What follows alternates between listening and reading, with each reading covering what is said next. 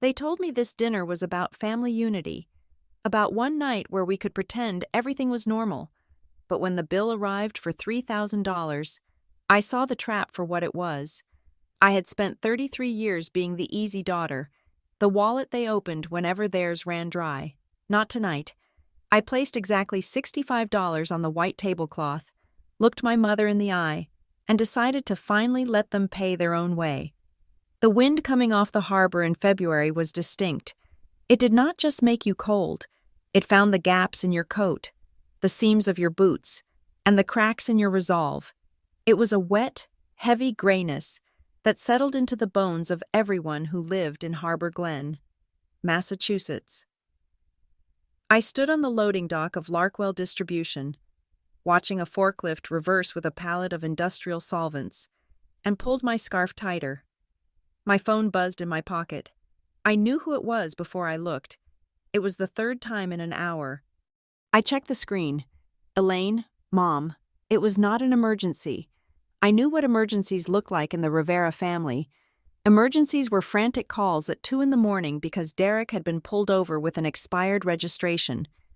Emergencies were eviction notices taped to front doors because the rent money had been spent on a guaranteed investment that vanished into thin air. Emergencies were silent. Tearful admissions at my kitchen table that the electricity was about to be cut off unless I wrote a check right then and there. This was just persistence. I went back inside to my office, a glass-walled box overlooking the warehouse floor. I was 33 years old, the operations manager for a logistics company that moved freight up and down the East Coast. I was good at my job because I understood how to manage chaos. I knew that if you let one small error slide, it compounded. If a driver missed a window by 10 minutes, the whole route collapsed. You had to hold the line. I sat down and unlocked my phone. Samantha, are you ignoring me? It is my 60th. You cannot say no to this. I typed back slowly. I am not saying no. Mom, I am working. Then commit to the dinner. Marrow and Salt. Friday at 7. I stared at the name of the restaurant. Marrow and Salt was new, trendy, and aggressively expensive. It was the kind of place where they printed the menu on heavy cardstock and did not list prices for the specials. It sat right on the water, all reclaimed wood and Edison bulbs, serving oysters that cost $4 apiece. It was not a place the Riveras went. The Riveras went to chain restaurants with coupons, or we ordered pizzas. But Elaine Rivera wanted to feel important. She wanted the performance of wealth without the discipline it took to acquire it. I texted back, "That is fine, but we need to be clear about something before I agree." Her reply came instantly. Oh God, here we go. I typed it out, plainly and without emotion. The way I wrote incident reports for damaged freight. I will come, but everyone pays for their own meal. Separate checks. I'm not covering the table. Mom. I waited. The 3 dots appeared, then vanished, then appeared again. We are a family. Samantha. Why do you always have to make it transactional? Derek is bringing Tess. Do not embarrass me. I did not back down. I am not making it transactional. I am making it affordable. If Derek is bringing Tess, he pays for Tess. If you want this restaurant, we split the bill. Agree, or I do not come. It took 5 minutes for her to reply. Fine. You are so dramatic. Just come. We will split it. I just want one night to feel like a real family. I put the phone down, feeling a familiar knot tighten in my stomach. I had heard that phrase 1,000 times. A real family. To my mother, a real family was an image. It was a photo on a mantle. It was a Facebook post with 50 likes. It did not matter that the foundation was rotting, as long as the paint looked fresh. I had spent 10 years subsidizing that paint. I had paid off credit cards I never used. I had covered car payments for vehicles I never drove. I had quietly transferred money into my mother's account when I noticed her balance dipping into the negative, never asking for it back, never even mentioning it, because I wanted to avoid the shame spiraling that always followed. I was the easy one, the reliable one, the one who did not have addiction issues like Derek, or a gambling habit like my late father. I was just Samantha, the bank. But the economy had tightened, and so had my patience. My rent had gone up 15%. My student loans were still an anchor around my ankle. I could not afford to drop $500 on a dinner just so my mother could post a picture of a lobster tail. I looked at the warehouse floor, at the guys moving crates, at the clock ticking toward 5. I had an agreement in writing. She said fine. She agreed to split it. I should have known better. Friday night was biting cold. The wind whipped off the Atlantic, smelling of brine and diesel. I parked my 10-year-old sedan 3 blocks away from Marrow and Salt to avoid the $20 valet fee. I walked to the restaurant, my heels clicking on the cobblestones, wrapping my coat around me like armor. I saw them before I reached the door. They were standing under the heat lamps near the valet stand. My brother, Derek, was leaning against a shiny black BMW that I knew he did not own. He was wearing a suit jacket that was slightly too tight across the shoulders, the kind of trendy, fast fashion cut that looked good from a distance but felt cheap to the touch. He was laughing, his head thrown back, projecting a confidence that was entirely unearned. Standing next to him was a woman I assumed was Tess. She was pretty in a quiet, nervous way, shifting her weight from foot to foot. And hovering around them with a phone in her hand was my cousin Nina. Nina was 22, lived on social media, and treated every family gathering as content for her 3,000 followers. "There she is," Derek shouted as I approached. He did not hug me. He gestured at me like I was a prop he was introducing to the stage. "The prodigal sister returns from the corporate mines." "Hi, Derek," I said. I looked at Tess and smiled, trying to be warm. "Hi, I'm Samantha." "Tess," she said, shaking my hand. Her grip was limp. She looked at Derek as if checking for permission to speak. "And the birthday girl." Elaine emerged from the restaurant lobby. She looked stunning. I had to give her that. She was wearing a velvet dress that I recognized from a department store window downtown, a dress that cost at least $300. Her hair was professionally blown out. She looked 10 years younger than 60. "Samantha," she said, pulling me into a hug that smelled of expensive perfume and wine. "You made it, and look at you. You look professional." It was a classic Elaine compliment, a jab wrapped in a bow. "Happy birthday, Mom," I said, pulling back. "You look great." "I feel great," she said, beaming. She grabbed my arm and linked it with hers. "Come on, our table is ready. They gave us the best seat in the house. I told them who we were." I frowned. "Who we were?" "The Riveras," Derek said, grinning. "Harbor Glen royalty, right?" He winked at Tess. She laughed, a nervous, fluttery sound. We walked inside. The heat hit us first, then the noise. Marrow and Salt was packed. The lighting was low. The music was a thumping bass line that sat just beneath the chatter of the crowd. It smelled of truffle oil and searing meat.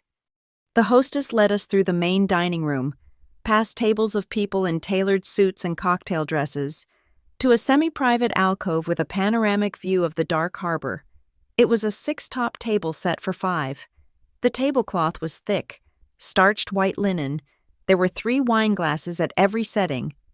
"Oh, wow," Nina said, immediately holding up her phone to pan across the view.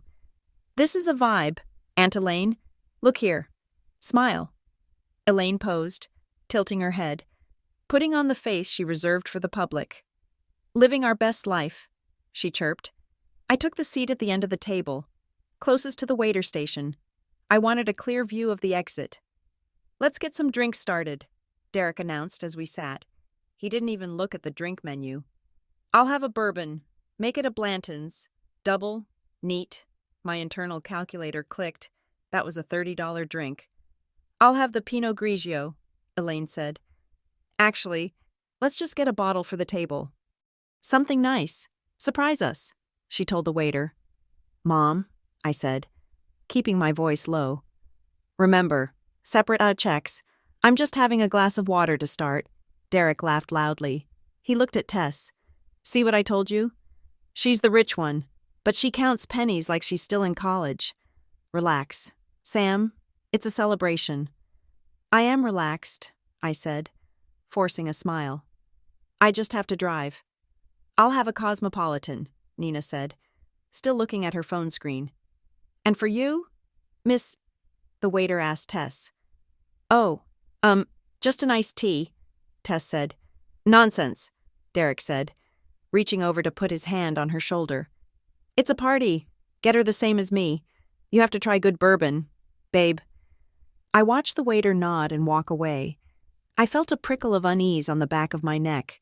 Derek didn't have a job. He had projects. He had investments. But he hadn't held a W-2 position in 4 years.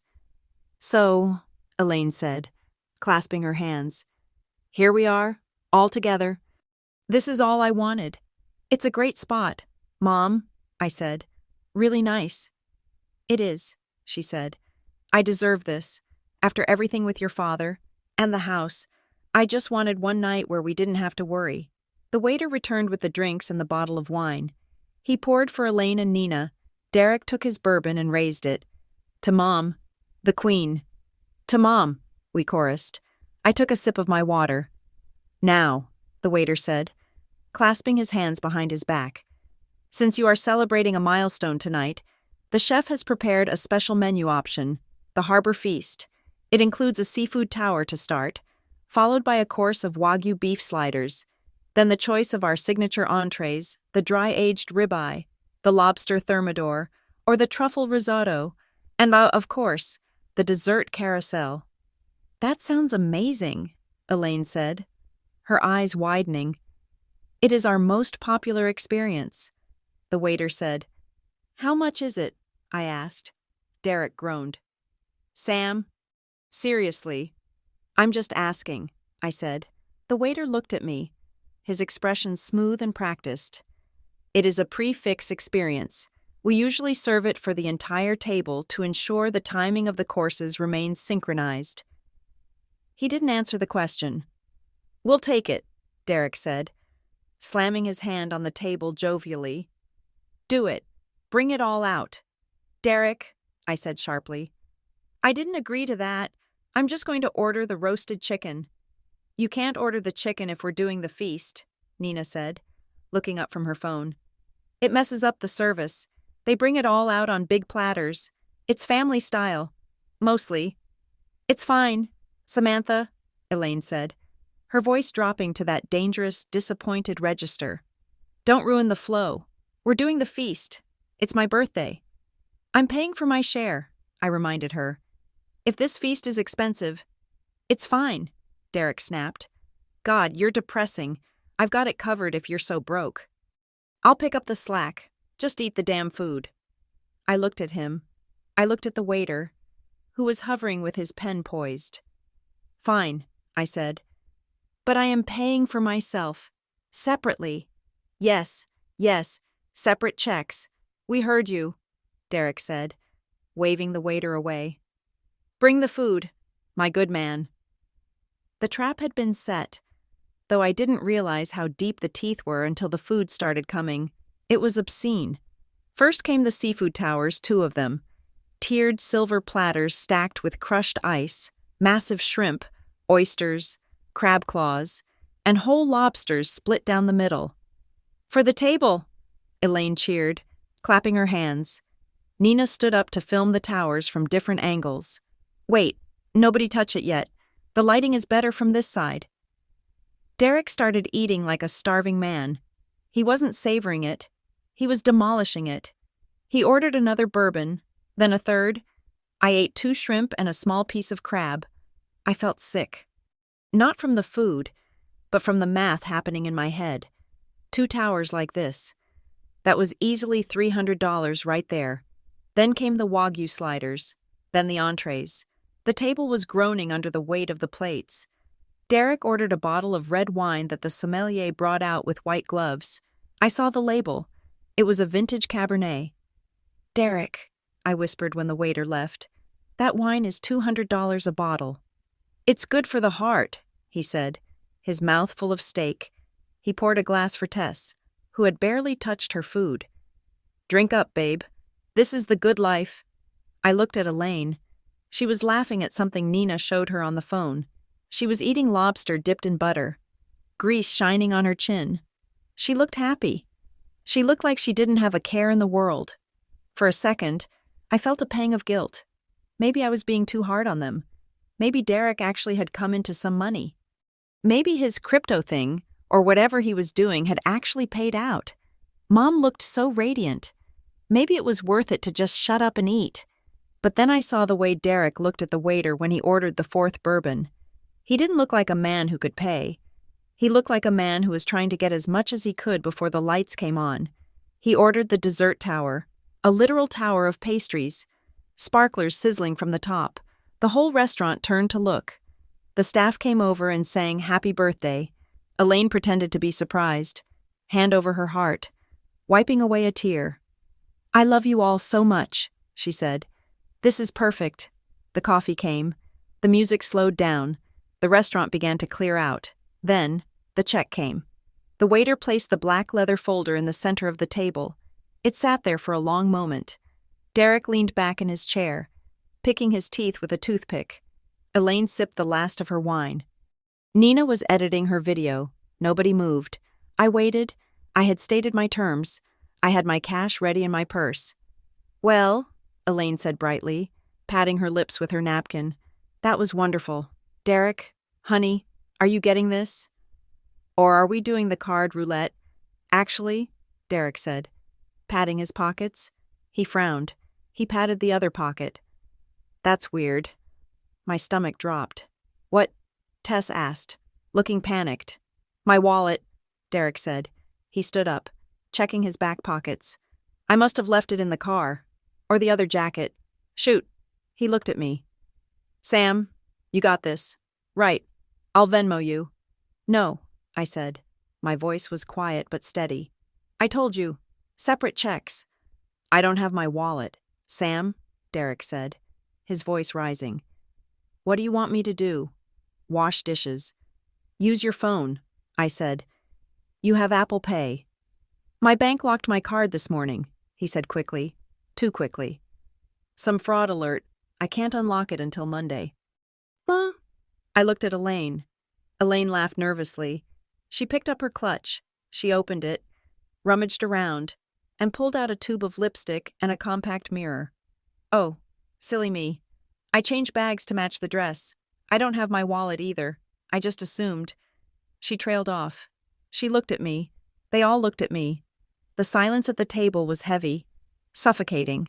Even Nina had stopped tapping on her screen. "You assumed what?" I asked. "Well," Elaine said, her smile faltering just a fraction. "You're the one with the good job. Samantha, you're the one who always handles these things. It's my birthday. I thought you were treating me." "I said separate checks," I repeated. "I sent it in a text. You agreed." "Oh, stop being so petty," Derek snapped. He leaned forward, his face flushed with alcohol. "Look at this place. Look at these people. You're going to make a scene over money. You make plenty. Just put the card down and we'll pay you back later." "Like you paid me back for the car repair," I asked. "Like you paid me back for the bail money." "Shut up," Derek hissed. He glanced at Tess, who was staring at the table, humiliated. "I am not paying for this," I said. I reached for the folder. "Don't you dare," Elaine whispered. "Samantha, if you embarrass us—" I opened the folder. I looked at the number at the bottom. $2,942.18. Nearly $3,000. I felt the blood drain from my face. My rent was $1,800. This was more than a month and a half of rent. I looked at the itemized list. The chef's celebration package was $150 per person. The wine, the bourbon, the dessert tower, the extra sides, the mandatory 20% gratuity for parties of 5 or more. $3,000, I said out loud. "It's a celebration," Derek muttered. "I didn't eat $3,000 worth of food," I said. I did the math in my head quickly. I had the chicken price in my head, even though they charged me for the feast. But if I stripped it down to what I actually consumed, a portion of appetizers I didn't order but ate, 1 glass of water, my share of the feast I was forced into. No, I wouldn't play their game. I reached into my purse. My hands were shaking, but my movements were precise. I took out my wallet. I counted out 3 $20 bills and one $5 bill. $65. That covered a generous estimate of what my presence cost, plus a tip for the waiter who was just doing his job. I placed the bills on top of the receipt. "What is that?" Elaine asked. Her voice was sharp, ice cold. "That is $65, I said. "That pays for what I ate. And the tip?" "You're joking," Derek said. He laughed, a cruel, barking sound. "You're actually joking. You're going to leave $65 on a $3,000 tab." "I told you," I said. I stood up. My legs felt weak, but I locked my knees. "I told you I was not covering the table. I told you separate checks. You ordered the wine. You ordered the bourbon. You ordered the towers." "Samantha, sit down," Elaine commanded. It was the voice she used when I was a child, the voice that meant punishment was coming. "Everyone is looking at us. Let them look," I said. "I'm leaving." "You can't leave," Derek shouted. He stood up too, knocking his chair back. "You can't just walk out on the bill." "It's not my bill," I said. "If you walk out that door," Elaine hissed, her eyes narrowing into slits. "Don't you bother coming to Sunday dinner. Don't you bother calling me." "I don't think I will," I said. I looked at Tess. She looked terrified. "I'm sorry, Tess," I said softly. "You should probably check your Uber app. I don't think he's driving you home." I turned and walked away.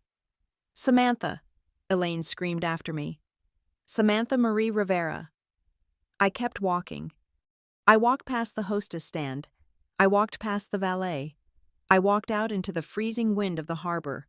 My heart was hammering against my ribs like a trapped bird. My breath hitched in my throat. I wanted to cry. I wanted to turn around and run back and throw my credit card down just to make the screaming stop. That was the programming. That was the button they had installed in me since birth. Fix it. Smooth it over. Pay the price for peace. But I didn't stop. I walked faster. The cold air stung my eyes, drying the tears before they could fall. I got to my car, fumbled with the keys, and unlocked the door.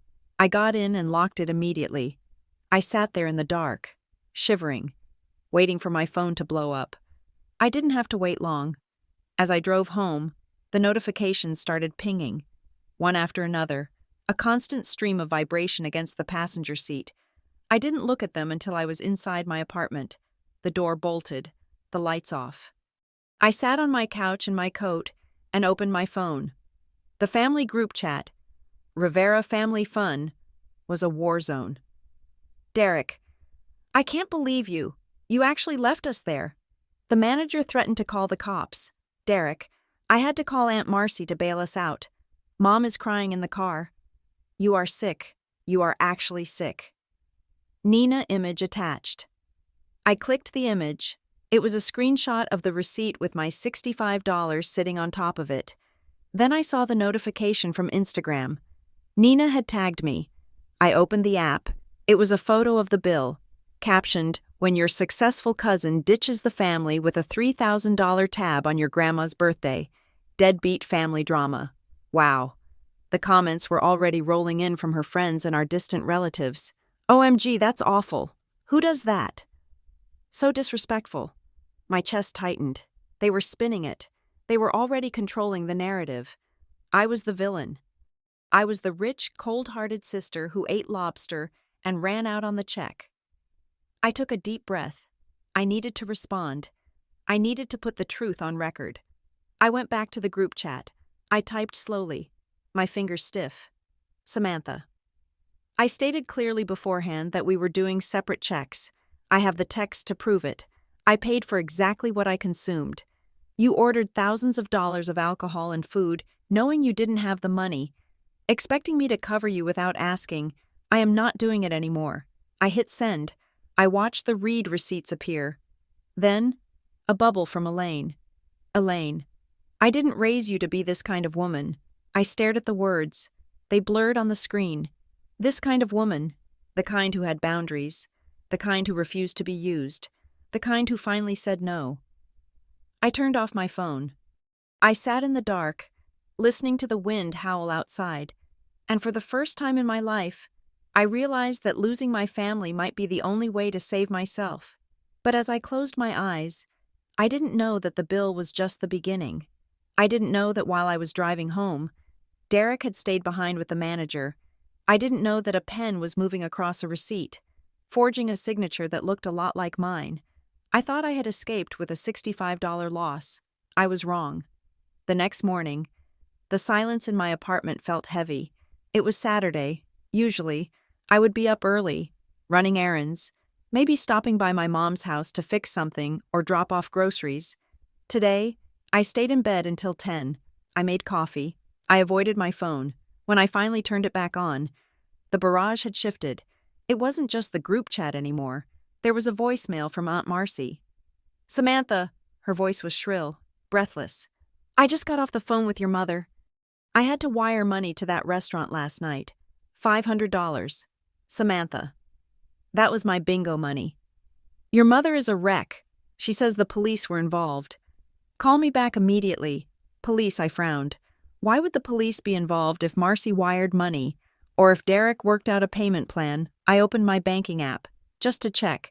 Paranoia was a survival instinct in my family. Checking account normal. Savings account normal. I let out a breath. Okay. They couldn't touch my money. I had removed Derek from my joint account years ago. I went to my email. There, sitting in my inbox, was a message from reservations@marrowandsalt.com. Subject: receipt for your recent visit. My blood ran cold. I hadn't given them my email. I hadn't made the reservation. Elaine said she made the reservation. I clicked it open. "Dear Samantha, thank you for dining with us at Marrow Salt. Below is a copy of your final bill. Subtotal, $2,942.18. Gratuity, 20%, $588.43. Total paid $3,530.61. Payment method: Visa. Ending in 4492.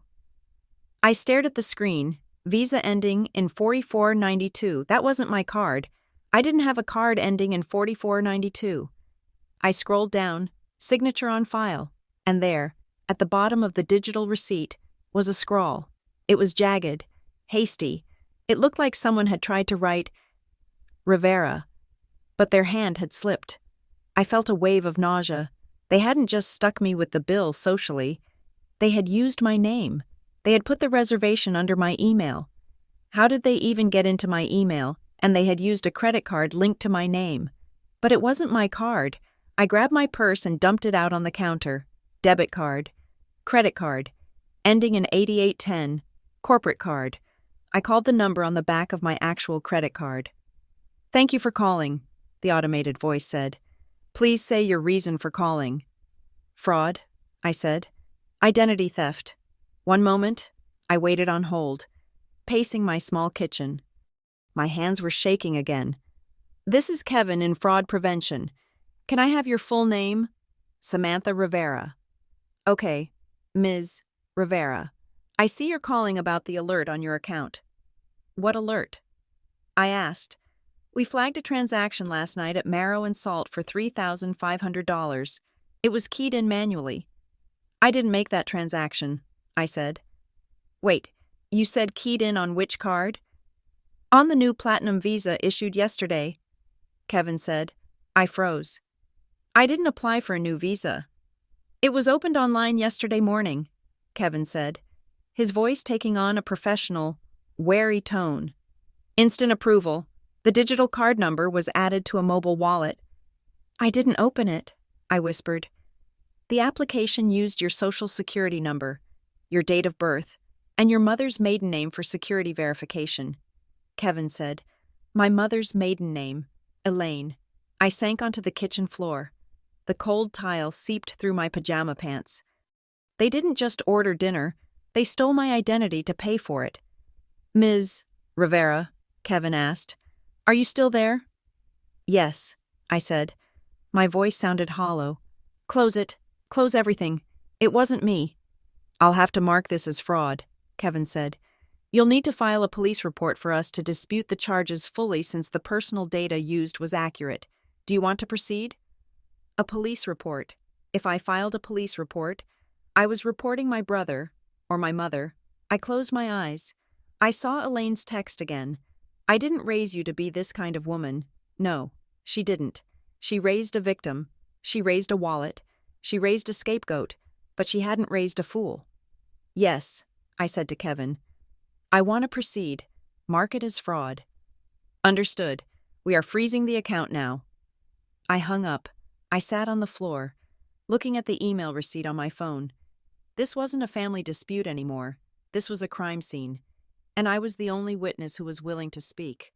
I stood up. I walked to my desk and opened my laptop. I created a new folder on my desktop. I named it Evidence. I took a screenshot of the email. I took a screenshot of the group chat. I saved the image Nina posted on Instagram. Then I opened a blank document. Timeline of events. February 16th. I started typing. I typed until my fingers hurt. I typed until the sun began to set through my window, casting long, cold shadows across the room. They wanted a transactional relationship. They wanted to talk about what was owed, fine. I would give them a receipt for every single thing they had done, and this time, I wasn't paying the balance. The wind rattled the window pane, a low, mournful sound. But inside, the air was still. The chaos was gone. In its place was something colder, harder, and much more dangerous. Resolve. The phone rang at 7 a.m. on Sunday. It was not a gentle chime. It was the jarring, repetitive blare of the default ringtone that I always meant to change but never did. I stared at the ceiling, my eyes gritty from a sleepless night spent staring at the fraud alert on my laptop screen. The caller ID said, Aunt Marcy. I let it ring 3 times. Aunt Marcy was my mother's older sister, the family historian and the town crier. If Elaine was the architect of our family drama, Marcy was the broadcast tower. I picked up. Hello, Marcy? Samantha. Her voice was a high-pitched wail, so loud I had to pull the phone away from my ear. Oh, thank God you answered. I have been up all night. I have been sick to my stomach. Sick.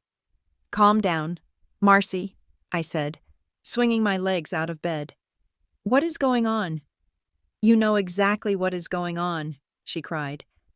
Your mother called me in hysterics last night. She could barely breathe. Samantha, she said the restaurant threatened to call the police on her 60th birthday. Can you imagine police officers handcuffing your mother in front of the entire waterfront? Did they call the police? I asked, walking to the kitchen to start the coffee maker. I needed caffeine to survive this conversation. They were going to, Marcy insisted. The manager was screaming at Derek. They wouldn't let them leave. Derek had to call me. Samantha. Me. I had to transfer $500 from my emergency fund just so they could walk out the door. That money was for my dental work. So Derek didn't pay? I asked. He said he had it covered. Derek is a young man trying to find his footing, Marcy snapped. He doesn't have a corporate salary like you. He was trying to give his mother a nice night, and you ruined it. You abandoned them. You walked out and left them with a bill for thousands of dollars. Everyone is humiliated. I can't even show my face at bingo this week. I watched the dark coffee drip into the carafe. Marcy, listen to me. I told them beforehand. I don't care what you told them, she interrupted. Family helps family. You don't leave your mother hostage in a restaurant. Do you know what people are saying? Nina posted about it. People are saying the Riveras are grifters. You did this to us. I paid my share, I said, my voice hardening. I paid $65. That was what I ate. $65, Marcy scoffed. That doesn't even cover the tablecloths in a place like that. You are selfish. Samantha, your mother was right. You think you are better than us because you wear a suit to work. I'm hanging up now. Marcy, if you don't fix this, she warned, her voice dropping to a theatrical whisper. If you don't apologize and pay me back that $500, you are going to regret it. The family remembers. I ended the call. My hand was shaking as I poured the coffee. The family remembers. It was a threat I had heard my whole life. The Riveras had a long memory for slights and a very short memory for favors. I needed to know exactly what happened after I walked out those doors. Marcy said the bill was thousands. I knew it was high, but I needed the specifics. I sat down at my kitchen table and dialed the number for Marrow and Salt. Marrow and Salt, this is Julian speaking. A smooth voice answered. Hi, Julian. My name is Samantha Rivera. I was part of a party that dined there last night. The Rivera party. There was a long pause on the other end. The temperature of the call dropped instantly. Ms. Rivera, Julian said. His tone was no longer smooth. It was clipped and professional. Mr. Giraldi, the general manager, has left a note regarding your table. I believe there is an outstanding issue regarding the settlement of the bill. I am calling to clarify the charges, I said, and to understand why my name is attached to the reservation. One moment, I heard the sound of typing. Then, a heavier voice came on the line. This is Mr. Giraldi, Ms. Rivera. I am surprised you are calling. After the scene your brother caused last night, we were considering filing a theft of services report. I want to prevent that, I said quickly. But I need to understand the bill. My aunt said it was over $3,000. How is that possible for 5 people? It was not just dinner. Ms. Rivera. Mr. Giraldi said, sounding exhausted. Your table ordered the chef's celebration package. That is a premium service. It includes the seafood towers, the Wagyu flight, and the reserve wine pairing.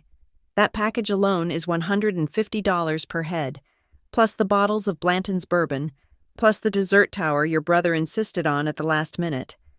The dessert tower, I asked. Yes, the sparkler presentation. And then there was the matter of the breakage. Breakage. Your brother became agitated when the card was declined. A wine glass was shattered. We added a cleaning fee. I closed my eyes, pinching the bridge of my nose. Derek. Mr. Giraldi, I said. I paid $65 cash before I left. Did you receive that? We did, he said dismissively. It covered perhaps 1 bottle of wine. The remaining balance was nearly $3,000. Your brother attempted to pay with 3 different cards. All declined. Then he told us to charge it to, and I quote, Samantha's card on file. My stomach dropped. He said that, yes, he claimed you were a regular and that we had your authorization. We checked our system. We did have a profile for a Samantha Rivera, created via the online reservation system 2 days ago. There was a Visa card attached to it. We attempted to run it, but it required a secondary text verification code, which your brother could not provide. Mr. Giraldi, I said, my voice trembling slightly. I did not make that reservation. I did not create that profile. And I never authorized anyone to use my card. Silence stretched on the line. Ms. Rivera, the manager said slowly, the reservation was made from an email address. Samantha Rivera, biz@gmail.com. Is that not you? I stared at the wall. No, my email is Samantha Rivera@larkwell.com or just Samantha Rivera88 gmail.com. I don't own Samantha Rivera Biz. I see. His voice shifted. He wasn't angry anymore. He was wary. He realized he was in the middle of something legal. Well, regardless, the bill was partially paid by a Mrs. Weller over the phone, and your brother signed a promissory note for the remainder, leaving his driver's license as collateral. If the balance is not cleared by Tuesday, we will be turning it over to collections and the authorities. Thank you. Mr. Giraldi, I said. Please, can you send me an itemized copy of the receipt and a summary of what you just told me about the card on file? I can send the receipt, he said. The rest. I would prefer not to get involved in family disputes. It's not a family dispute, I said. It's identity theft. Please, he sighed. I will email the receipt. I hung up and immediately opened my laptop. I searched for the email address he mentioned, Samantha Rivera Biz. It didn't exist in my contacts. Then I checked my own inbox again. I searched marrow and salt, and there it was, hidden in my spam folder. Confirmation. Your reservation at Marrow Salt for February 16th. I opened it. It looked legitimate, but when I hovered over the sender details, I saw it was a forward. Someone had made the reservation using the fake email, then forwarded the confirmation to my real email so that it would be searchable if I ever looked for it, or maybe to plant evidence that I had seen it. The timestamp on the reservation creation was Thursday at 2 o'clock in the afternoon. I checked my work calendar. Thursday at 2. I was in a strategy meeting with the logistics team. My phone had been in my locker. I couldn't have made it, but Derek knew my schedule. He knew I had meetings on Thursday afternoons. The sophistication of it made me nauseous. They hadn't just assumed I would pay. They had built a framework to force me to pay. They created a fake email, linked a fraudulently obtained credit card, the one I had found out about yesterday, and set the trap. If I hadn't walked out, if I had just sighed and handed over my card like I usually did, none of this would have unraveled. I would have just paid the bill, seen the high total, and absorbed it. They were banking on my compliance. Monday morning at Larkwell Distribution was usually a sanctuary. The hum of the conveyor belts, the beep of the scanners, the smell of cardboard and coffee. It was a world that made sense. Things went from point A to point B. If they didn't, you fixed it. But when I walked in, the air felt different. I swiped my badge at the turnstile. The security guard, old Mr. Henderson, usually gave me a wink and a salute. Today, he looked down at his paperwork. "Morning, Ms. Rivera."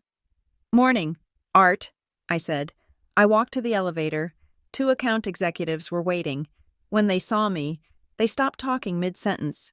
They stepped aside to let me in. But they didn't smile. Paranoia.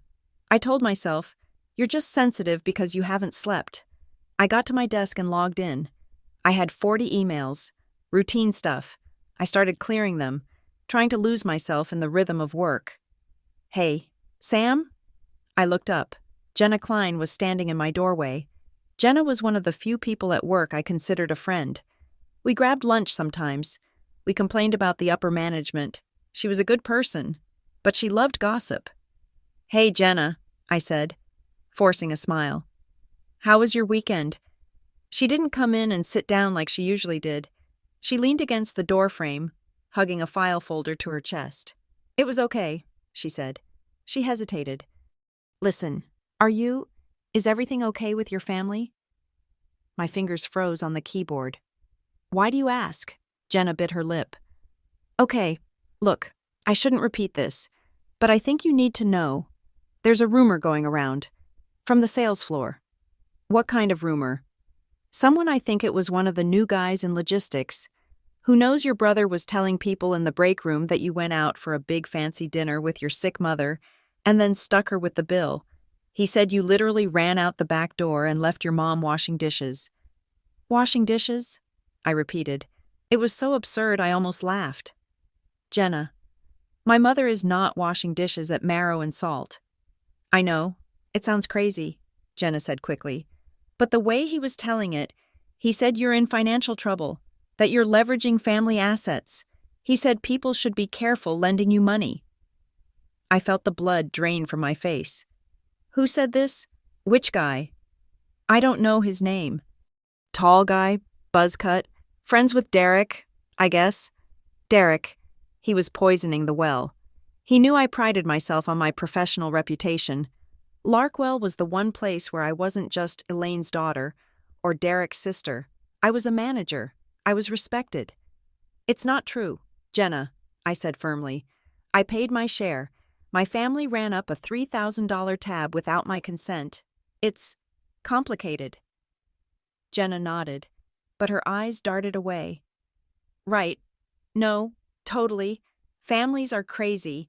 I wanted you to know what's being said. You might want to keep your head down today." She left. I sat there, my heart pounding against my ribs. Keep my head down. That was the advice. Hide. Let the lie spread. I grabbed my phone. I didn't care about company policy regarding personal calls. I scrolled to Derek and hit dial. He answered on the second ring. Well, his voice was smug. If it isn't the runner. Derek, I said, my voice low and dangerous.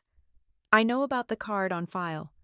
I know about the fake email, and I know you have a friend spreading lies about me at my job. Whoa, paranoia much? Derek laughed. I don't know what you're talking about. Card on file. Maybe Mom put it there. She's getting old. She forgets things. Mom doesn't know how to create a fake domain email. Derek, you do? Prove it, he said. I called the restaurant. They told me everything. You tried to commit credit card fraud. Derek, that's a felony. It's not fraud if it's family, he shouted, his cool facade cracking instantly. It's our money. Sam, you have plenty of it. You sit in that glass office making 6 figures while Mom is stressing about the electric bill. You owe us. You owe Mom for raising you. I don't owe you $3,000 for Wagyu beef sliders, I said. And I certainly don't owe you my reputation. You call your friend in logistics and you tell him to shut his mouth, or I go to HR. You go to HR, Derek scoffed. And say what, my brother is mean to me. Grow up. You always make everything so transactional. I paid my $65. Do you know how pathetic that looked? Mom was crying all night.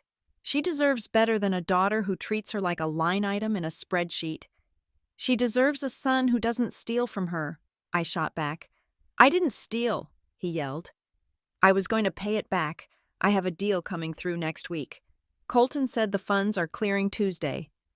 Colton? I asked. The name was new. Derek stopped. I could hear him breathing heavily on the other end. Forget it. Just fix this. Sam, send Mom the money. Apologize. Or I swear, I will make sure everyone in Harbor Glen knows exactly how cold you really are. He hung up. I stared at the phone. Colton, funds clearing. Tuesday. It sounded like another one of his get-rich-quick schemes, but usually, those involved selling supplements or flipping sneakers. This sounded different. This involved funds clearing and creating fake identities. I needed to get out of the office. I couldn't breathe in the recycled air. I texted Maya. Emergency coffee. Noon. Please. Maya Serrano was the only person who knew the full extent of the Rivera madness. We had met in college, and she was now a social worker. She dealt with dysfunctional families for a living. We met at a small coffee shop 3 blocks from my office, far enough away that I wouldn't run into any coworkers. I told her everything. The dinner, the $65, the identity theft, the rumors at work. Maya listened, sipping her black coffee, her dark eyes intense and focused. She didn't interrupt. When I finished, she set her cup down. They are escalating, she said. It wasn't a question. It was a diagnosis. I know, I said. But why I've given them money before? Why do this elaborate setup? Because you've been pulling away, Maya said. I've seen it for months. You stopped answering every text immediately. You stopped going to Sunday dinners every single week. You started setting boundaries, even small ones. To a narcissistic family system, boundaries feel like an attack. They feel like abandonment. She leaned forward. So they had to up the ante. They had to create a situation where you were forced to rescue them, publicly and financially. They wanted to break your resistance in one big gesture. The dinner wasn't a celebration. Sam, it was a corrective measure. They were trying to put you back in your place. My place is the wallet, I said bitterly.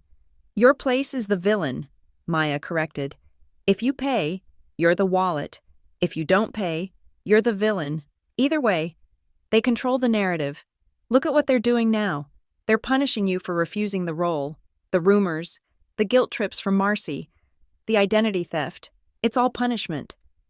So what do? I asked. If I fight back, I'm the bad guy. If I give in, I'm broke and I'm a doormat. You stop playing their game, Maya said. You don't fight back emotionally. You fight back legally. You document everything. You become a stone wall. You said you have the receipt. Yes.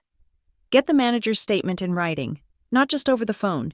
Get him to email you what he said about the card on file. Get a copy of your credit report. Get screenshots of the texts where they admit they expected you to pay. Build a file. And then you protect yourself, Maya said. Because Derek is desperate. That comment about Colton and the funds clearing, that scares me. People who create fake emails to steal $3,000 aren't just greedy. They're underwater. He's in trouble. Sam. And he's trying to use you as a life raft. If you don't cut the rope, he will pull you down. I looked out the window at the gray street. I just wanted to eat my chicken and go home. I know, Maya said softly, reaching across the table to squeeze my hand. But the chicken was never the point. I went back to the office with a strange sense of clarity. Maya was right. It was a system, and I was the glitch in the system. I spent the afternoon working, but in the background, I was compiling. I emailed Mr. Giraldi again, formally requesting a written summary of the billing issue for my records. I took screenshots of every text Derek had sent, even the old ones where he asked for money. I downloaded my credit report and highlighted the inquiry from the bank for the fraudulent card. At 4 o'clock, my phone buzzed. A text message. I braced myself for another attack from Elaine or Derek, but the name on the screen was Tess Mallory. I blinked. Derek's girlfriend, the quiet one who drank iced tea and looked terrified. We had never texted before. I didn't even know she had my number. I opened it. Tess. Hi, Samantha. I am so sorry about last night. I wanted to pay for my part, but Derek wouldn't let me. I feel awful. I stared at it. A crack in the wall. Samantha. Thanks. Tess, it wasn't your fault. I know how Derek can be. The 3 dots bubbled for a long time. Tess. He is really angry, but he is also scared. I think you should know. He has been taking calls late at night. Weird calls. He goes out to the balcony. Samantha. Who is he talking to, Tess? I heard him mention a guy named Colton, and something about the society. He keeps saying, I can deliver her. I promise. I think he means you. Please be careful. This charity guy he's working with, he scares me. I can deliver her. The words sent a chill down my spine that had nothing to do with the office air conditioning. Derek was promising to deliver me to someone, to this Colton Rusk. What did I have that they wanted? I wasn't rich. Not really. I had a 401k and some savings, but not society money. I had good credit. I had a clean record. Identity. They didn't just want my money. They wanted my credibility. They wanted a clean name to put on dirty paperwork. I realized then that this wasn't going to blow over. This wasn't just a bad birthday dinner. This was the beginning of a siege. I closed my laptop. I needed to draw the line. Not a line in the sand, but a line in concrete. I opened a new email. I addressed it to Elaine and Derek. I BCC'd my personal email and Maya. Subject: financial boundaries and future communication, Mom and Derek. Effective immediately. I will no longer be providing any financial assistance to either of you. This includes direct loans, covering bills, or paying for family gatherings. Do not ask. Regarding the incident at Marrow Salt, I have confirmed with the restaurant that an attempt was made to charge a card I did not authorize, using an account created under a false email address in my name. This is identity theft. I have flagged this with my bank, and I am compiling a report. Because of the deception involved, I am no longer comfortable communicating with you via text or phone calls where words can be twisted or forgotten. From this point forward, all communication must be through this email address. If you come to my home or my workplace, I will not see you. I love you, but I will not set myself on fire to keep you warm anymore. Samantha. I read it over 3 times. My heart hammered against my ribs. Sending this felt more dangerous than walking out of the restaurant. Walking out was a reaction. This was a declaration of war. I hit send. I waited. I expected the phone to ring instantly. I expected Derek to scream. I expected Elaine to send a wall of text about how I was an ungrateful child. I watched the minutes tick by on my computer clock. 4:15 p.m., 4:30 p.m., 5:00 p.m. Nothing. No calls, no texts, no email replies. The silence stretched out, heavy and suffocating. It wasn't the silence of peace. It was the silence of a predator that has stopped making noise because it is moving into position. I packed up my bag. I walked out of the office, past the security guard, past the whispering account executives. I checked my phone one last time in the parking lot.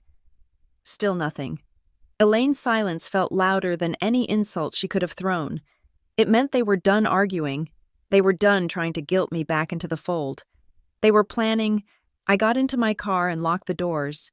As I pulled out onto the main road, the streetlights flickering on against the gathering dusk, I had the distinct feeling that I was no longer just a daughter or a sister.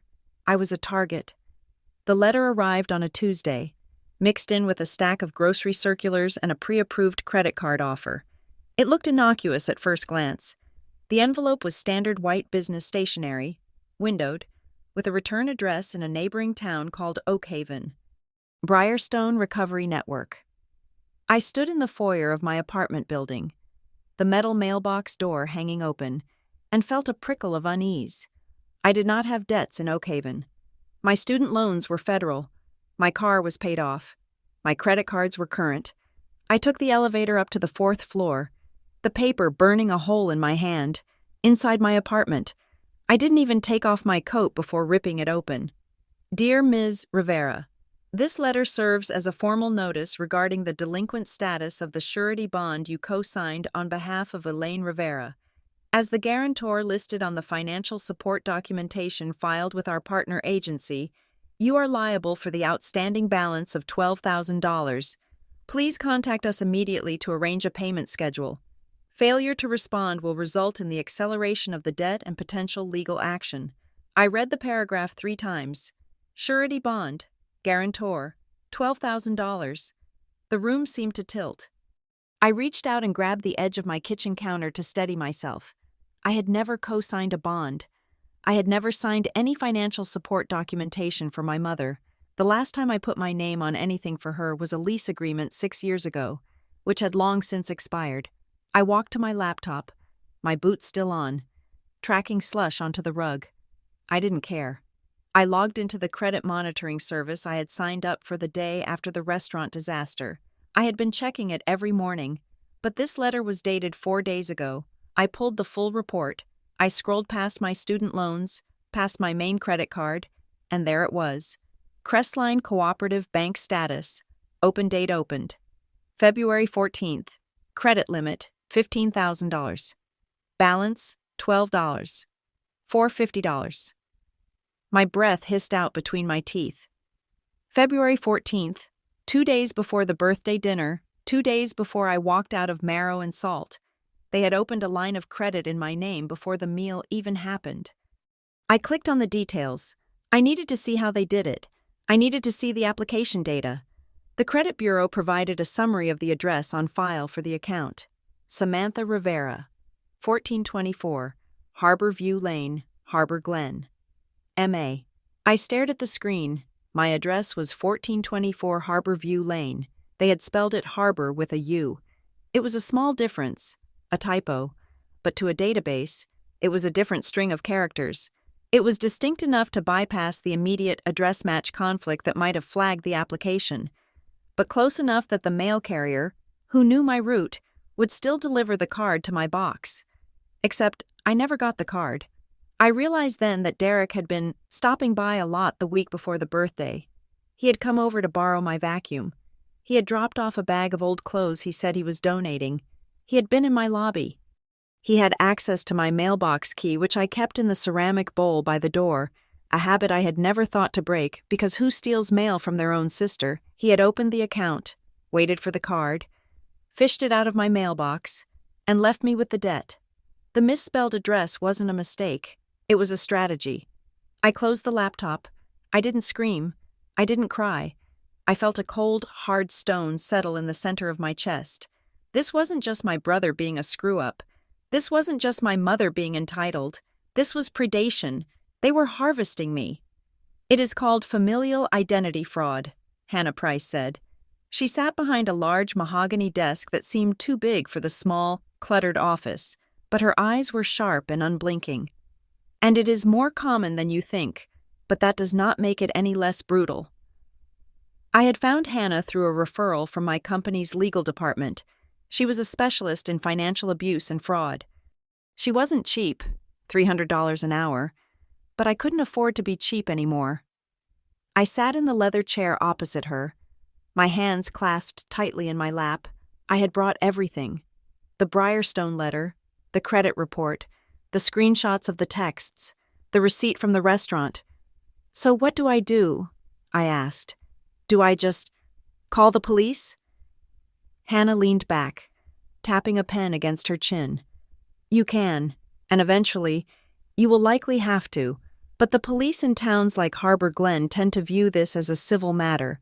They hear mother and brother, and they say, work it out at home, unless you have undeniable proof of criminal intent." "The misspelling," I said. "The U in Harbor." "That is good," Hannah nodded. "That shows calculation. But here's the hard part. Samantha, to clear this debt, the $12,000 at Crestline, the $3,000 at the restaurant, you have to be willing to press charges. You have to sign an affidavit of forgery. That document goes to the bank. The bank then investigates. Once they confirm it wasn't you, they turn the evidence over to the district attorney." She paused, looking at me with a sympathy that felt professional, yet genuine. "You are effectively handing the prosecutor the weapon to put your brother and mother in prison. Can you do that?" I looked at the window. Outside, the rain was streaking against the glass. "Could I thought about the way Elaine used to brush my hair when I was sick. I thought about the time Derek beat up a kid who bullied me in 3rd grade. I thought about the Christmas mornings where we didn't have much, but we had each other. But then I thought about the waiter's face when he handed me the check. I thought about the fake email address. I thought about the $12,000 siphoned out of a bank I had never walked into, using a typo to hide the theft. They didn't just borrow money," I said quietly. "They impersonated me. They stole my name." "Yes," Hannah said. "They did. If I don't do this, what happens?" "You pay the debt," Hannah said flatly. "You pay the $15,000, and your credit score takes a hit, and in 6 months, they do it again, because they know they can." "I can't pay $15,000, I said. "I don't have it." "Then you have no choice," Hannah said. "We build the timeline, we get the evidence, we make it undeniable so that when you drop the hammer, it doesn't bounce back and hit you." She opened a notepad. "Start with the restaurant. We need to lock down that narrative. You said the manager was hostile." "He was defensive," I said. "I will draft a formal preservation letter." Hannah said, "We need the security footage from that night. Specifically, the moment you left and the moment your brother presented the payment. We need to prove you were not present when the fraud occurred." "Will they give it to us?" "They will if they want to avoid being named as accessories in a fraud investigation," Hannah said with a shark-like smile. "Leave that to me." The drive home from the lawyer's office was a blur of gray highway and red brake lights. I felt hollowed out. I parked my car and sat in the silence of the garage for a long time. The guilt came in waves, just like I knew it would. It wasn't logical guilt. It was visceral. It was the memory of my mother coming home from her nursing assistant job, her feet swollen, smelling of antiseptic and exhaustion, handing me a $20 bill to go to the movies with my friends. She worked so hard. A voice in my head whispered, "She sacrificed everything so you could go to college, so you could get this job, and now you're sitting in a lawyer's office plotting to have her arrested." I squeezed my eyes shut. "You owe her." That was the refrain. That was the mantra of the Rivera family. We owed Elaine.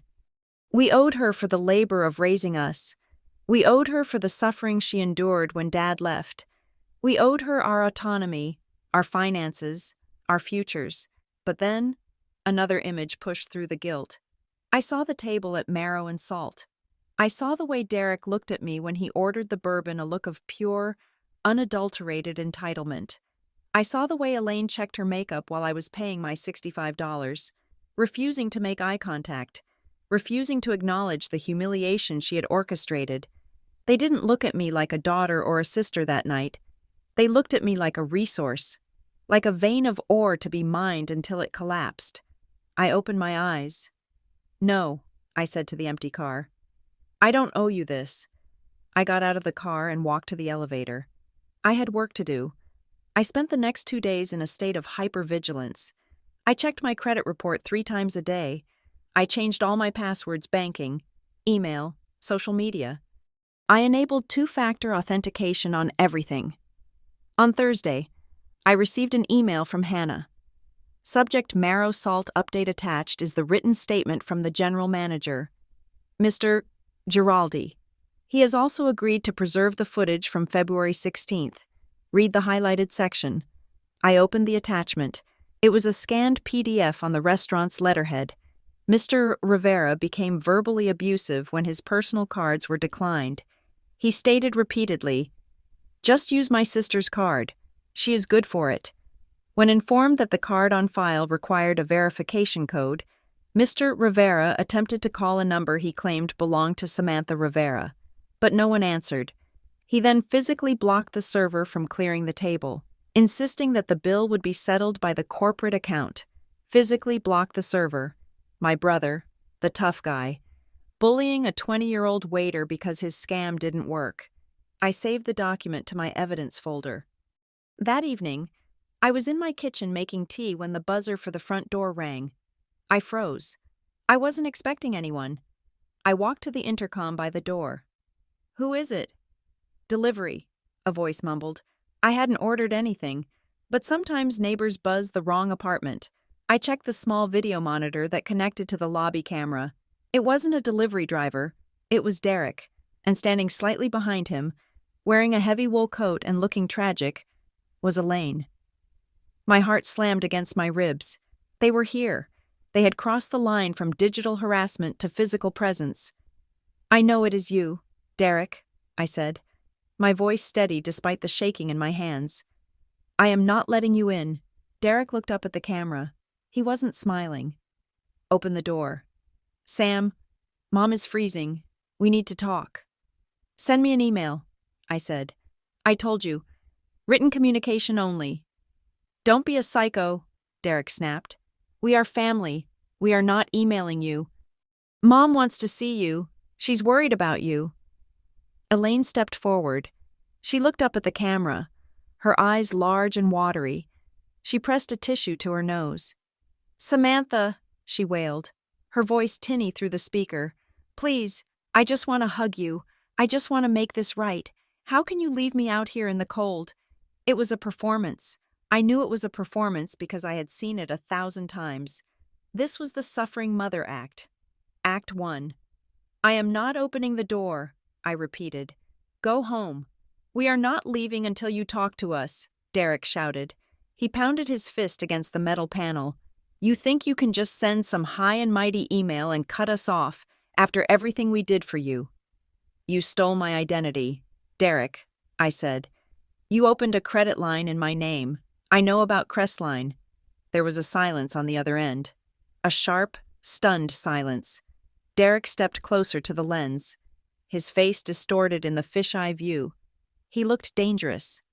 "You don't know what you're talking about," he hissed. "You are confused. You are stressed. That is why we are here, to help you." "I have the credit report," I said. "I have the letter from Briarstone. Leave now, or I'm calling the police." Elaine's expression changed instantly. The tragic mask dropped, replaced by a look of pure, cold venom. She leaned in next to Derek. "If you call the police," she said, her voice low and hard, "if you embarrass us like that, you will regret it. The whole town will know what an ungrateful brat you are. I will make sure of it." "They already know what you are," I said. "Go away." Derek laughed. It was a short, ugly sound. "You think you are so safe in there? Huh. You think your little job at Larkwell makes you untouchable? I know people there. Sam. I know guys on the loading dock. They don't like snobs. They don't like management types who think they are better than their own blood. It would be a shame if things started going missing on your shift." My blood ran cold. He was threatening my job. He was threatening sabotage. "Is that a threat, Derek?" I asked. "It is a reality check," he said. "Open the door." I am calling 911, I said. I stepped back and hung up the intercom receiver. I grabbed my phone. By the time I unlocked the screen, I heard the faint sound of the lobby door slamming shut downstairs. I went to the window and peered through the blinds. I watched them walk to Derek's car. Derek kicked the tire before getting in. They were gone, but the threat hung in the air like smoke. Things going missing on your shift. I went back to my laptop. I opened a new document.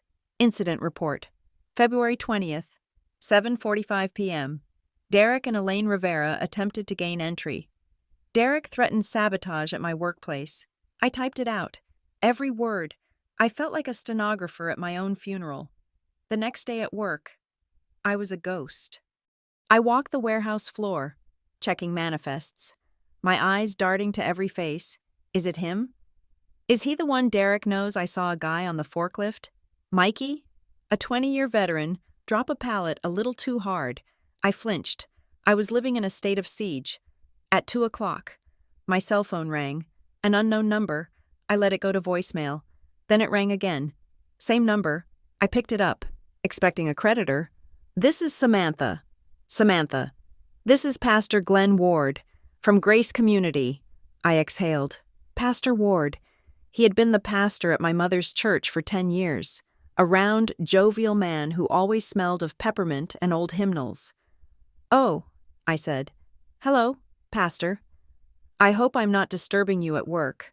Samantha, he said, his voice dripping with solicitous concern. I had a long counseling session with your mother this morning, and my heart is just heavy, truly heavy. Pastor, I said, with all due respect, this is a private matter. There is no such thing as private when a family is fracturing, he admonished gently. Samantha, the Bible tells us to honor our father and mother. It does not say honor them when they are perfect. It says honor them. Your mother is in deep pain. She feels discarded. Did she tell you about the credit card fraud? I asked. Did she tell you Derek stole my identity? She mentioned there were some financial misunderstandings, Pastor Ward said, gliding over the words as if they were minor inconveniences. She said you were focusing very much on the transactional side of things, that you were letting money become an idol that separates you from love. I gripped the phone tighter. Transactional. That was Derek's word. Derek had fed him that line. Pastor, I said, it is not a misunderstanding. It is theft, and I am not going to discuss it with you. Samantha, his voice hardened slightly. Forgiveness is not a suggestion. It is a command. If you persist in this hardness of heart, you are not just hurting your mother. You are hurting your own soul.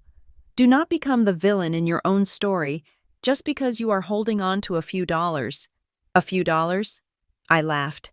A sharp, hysterical sound. It is $15,000. Pastor, did they offer to tithe 10% of it to the church? Is that why you are calling? Silence. I will pray for you, he said coldly. I will pray that your heart softens before you find yourself truly alone. He hung up. I stared at the phone. They were mobilizing everyone, the family, the church, the community. They were building a coalition to pressure me into submission. I needed to understand the scope of this. Derek was desperate. He had mentioned a Colton and funds clearing. I went back to the letter from Briarstone Recovery Network. I Googled the company again. Briarstone Recovery Network, a nonprofit solution for debt management and family financial restoration. The website was generic. Stock photos of happy families shaking hands. A vague mission statement about holistic financial healing. I looked at the About Us page. No board members listed. Just a generic contact email. I searched the business registry for Massachusetts. Briarstone Recovery Network. Registered Agent C. Rusk. Address 4400 Industrial Park Drive. Suite B. Harbor Glen. C. Rusk. Colton Rusk. The name Derek had mentioned. I searched the address. 4400 Industrial Park Drive. It was a warehouse district. Then I searched for C. Rusk in Harbor Glen. A different result popped up. A LinkedIn profile. Colton Rusk, CEO. Rusk Advisory Group Board Member. The Harbor Glen Renewal Fund, I clicked on the Harbor Glen Renewal Fund. This website was different. It was glossy, high-end, professional, restoring our community, one family at a time. There were photos of galas, photos of the mayor shaking hands with a tall, handsome man with silver-streaked hair, Colton Rusk. Photos of donors holding big checks. I scrolled through the partners page. There, buried in a list of community affiliates, was Briarstone Recovery Network. I sat back in my chair. The Renewal Fund was a legitimate, high-profile charity in town. They hosted the annual Night of Hope Gala. The mayor went, the CEO of my company went, and Briarstone, the shady debt collection agency sending me fake notices, was a partner. I looked at the date of the next gala. The Night of Hope, Saturday, February 24th, Harbor Glen Civic Hall. That was this Saturday. I pulled out my phone and texted Maya. Samantha, I need a favor. A big one. Can you get us into the Renewal Fund Gala on Saturday? Maya replied 3 minutes later. Maya, my agency bought a table. Nobody wants to go because it's boring and the speeches are long. I can get us 2 seats. Why, Samantha? Because I think my brother is working for them, and I think they are laundering money. Maya, pick you up at 6. Saturday night, the Harbor Glen Civic Hall was transformed. I was wearing a black dress I had bought for a wedding 3 years ago. It was simple, severe. I felt like I was wearing a costume. Maya looked effortless in navy blue. She flashed her badge at the check-in table. Serrano, party of 2, Harbor Family Services table. Welcome, ladies, the volunteer beamed. Enjoy the evening. We walked into the ballroom. It was a sea of tuxedos and sequins. Waiters circulated with champagne. A jazz band played softly on stage. Okay, Maya whispered. What are we looking for? Derek, I said. And Colton Rusk. Who is Colton Rusk? The guy who runs this, I said, gesturing to the banner that hung over the stage. Harbor Glen Renewal Fund. And the guy who runs the fake debt agency trying to extort me. We moved through the crowd. I kept my head down, avoiding eye contact with anyone who might know Elaine. There, Maya hissed. She gripped my arm. I followed her gaze. Near the VIP bar, standing in a circle of men in expensive suits, was Derek. He wasn't wearing his usual cheap blazer. He was wearing a fitted tuxedo. His hair was styled. He looked prosperous. He was holding a Scotch glass, laughing at something one of the men said. My stomach churned. This was where the money went. The Wagyu beef, the bourbon. The image, it was all an audition for this. He was trying to buy his way into this circle, and standing next to him, with a hand on Derek's shoulder, was the man from the website, Colton Rusk. He was taller in person. He exuded a kind of predatory charisma. He was listening to Derek, nodding, but his eyes were scanning the room. That's him, I whispered. That's Rusk. He looks like a movie villain, Maya noted. Derek is playing the big shot, I said. He's probably telling them about his portfolio. We watched. A waiter approached their circle with a tray of appetizers. Derek waved him away with a flourish that was too large, too theatrical. Then, Colton Rusk turned. His gaze swept across the room. It passed over the tables, over the band, and then it landed on me. I froze. I was standing 50 feet away, in the shadows of a pillar. There was no way he could know who I was. I had never met him, but his eyes locked onto mine. He didn't look away. He didn't blink. He leaned down and whispered something in Derek's ear. Derek turned around. He looked wild-eyed, scanning the crowd until he found me. I saw the color drain from Derek's face. He looked terrified. Colton Rusk smiled. It wasn't a friendly smile. It was a smile of recognition. He raised his glass slightly in my direction. He knew exactly who I was. Maya, I said, my voice trembling. We need to go. Why? What happened? He knows, I said. Rusk knows. Knows what? He knows my name, I said, backing away toward the exit. He knows I'm the one with the credit score. He knows I'm the mark. As we pushed through the doors into the cold night air, the image of Colton Rusk's smile burned in my mind. This wasn't just about $12,000 anymore. Derek had sold me out. He hadn't just stolen my money. He had promised me to someone. I can deliver her. I understood now. I wasn't just a source of cash for my family. I was the product. The Sunday after the gala was spent in the quiet, dusty corners of the internet where public records went to die. I did not leave my apartment. I did not answer my phone. I sat at my kitchen table with 3 cups of coffee and a determination that felt less like curiosity and more like survival. I had seen the way Colton Rusk looked at me. It was not the look of a stranger, it was the look of an appraiser. I started with Rusk Advisory Group. On the surface, it was a legitimate consultancy firm. Their website was a masterpiece of corporate minimalism, stock photos of glass buildings, handshakes, and vague buzzwords. Strategic philanthropy, optimizing donor pipelines, legacy management. I dug deeper. I pulled their incorporation papers from the Secretary of State's database. Rusk Advisory Group was formed 3 years ago.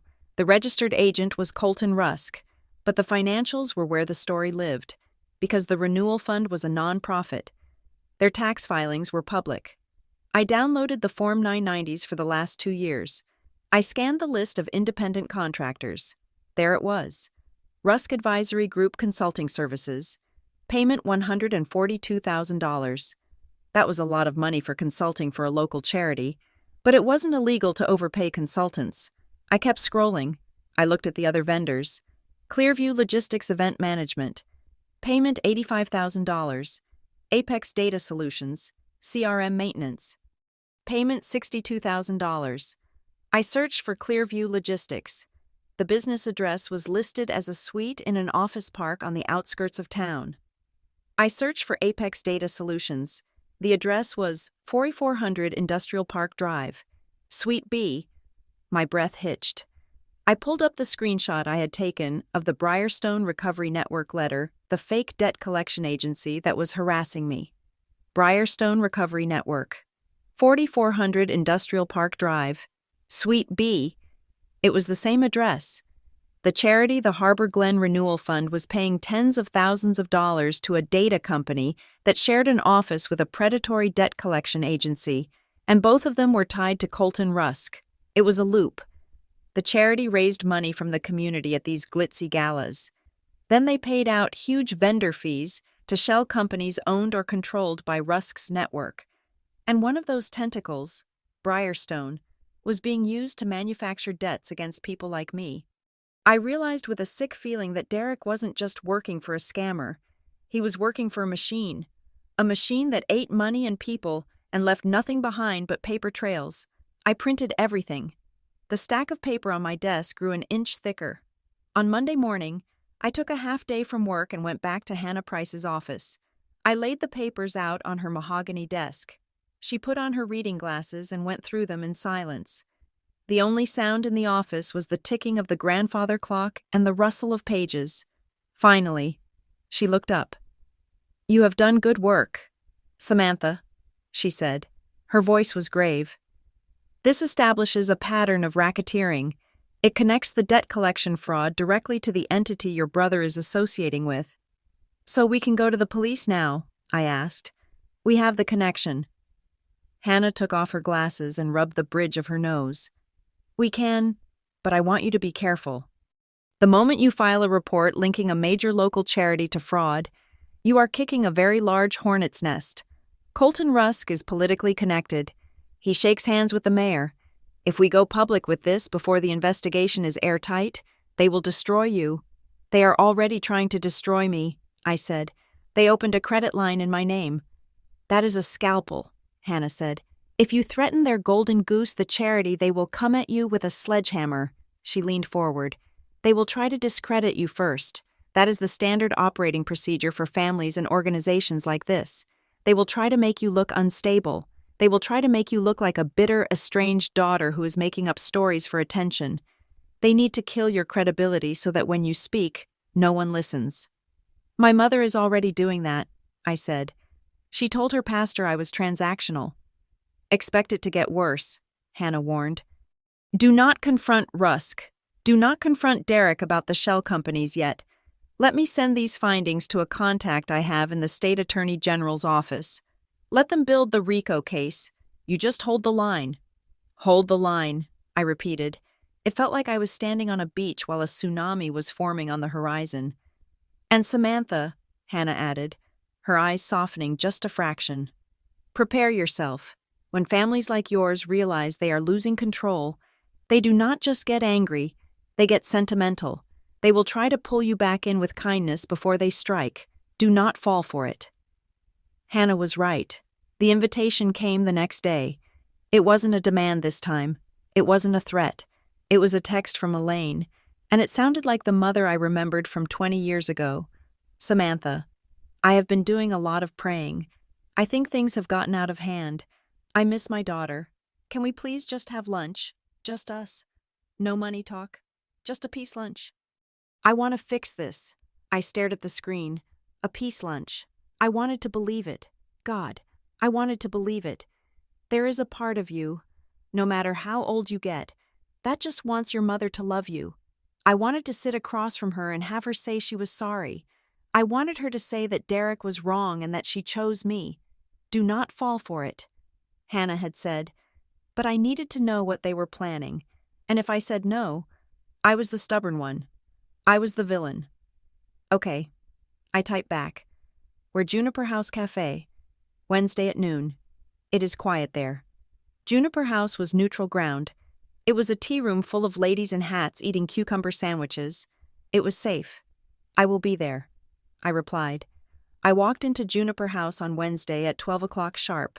The smell of lavender and baked scones hit me. It was warm and brightly lit. I scanned the room. I saw Elaine sitting at a corner table near the back, but she wasn't alone. Sitting on one side of her was Derek. And sitting on the other side was Pastor Glenn Ward. It was an ambush. My first instinct was to turn around and walk out, but Hannah's voice was in my head.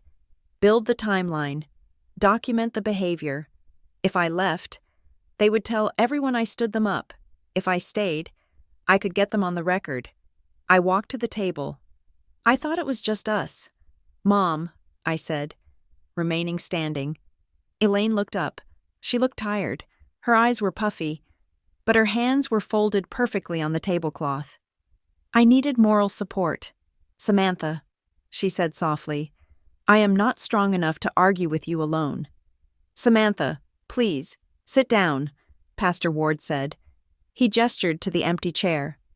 "We are here as peacemakers. We just want to heal this breach." Derek didn't say anything. He was staring at his water glass, his jaw tight. He looked like a coiled spring. I sat down. I placed my phone on the table, face up. "Okay," I said. "Let's heal the breach. Who wants to start?" "Samantha," Pastor Ward began, his voice dropping to that practiced, soothing baritone. "Your mother has shown me the emails you sent, the ones about identity theft and fraud." "Yes," I said. "The facts." "We are concerned," Pastor Ward said. He placed a hand over Elaine's hand. "We are concerned about your state of mind." I blinked. "My state of mind?" "You have been working very hard lately," Elaine said. She looked at me with a pity that made my skin crawl. "I know how much pressure you are under at that job. You have always been high-strung. Samantha, even as a little girl, you used to imagine things.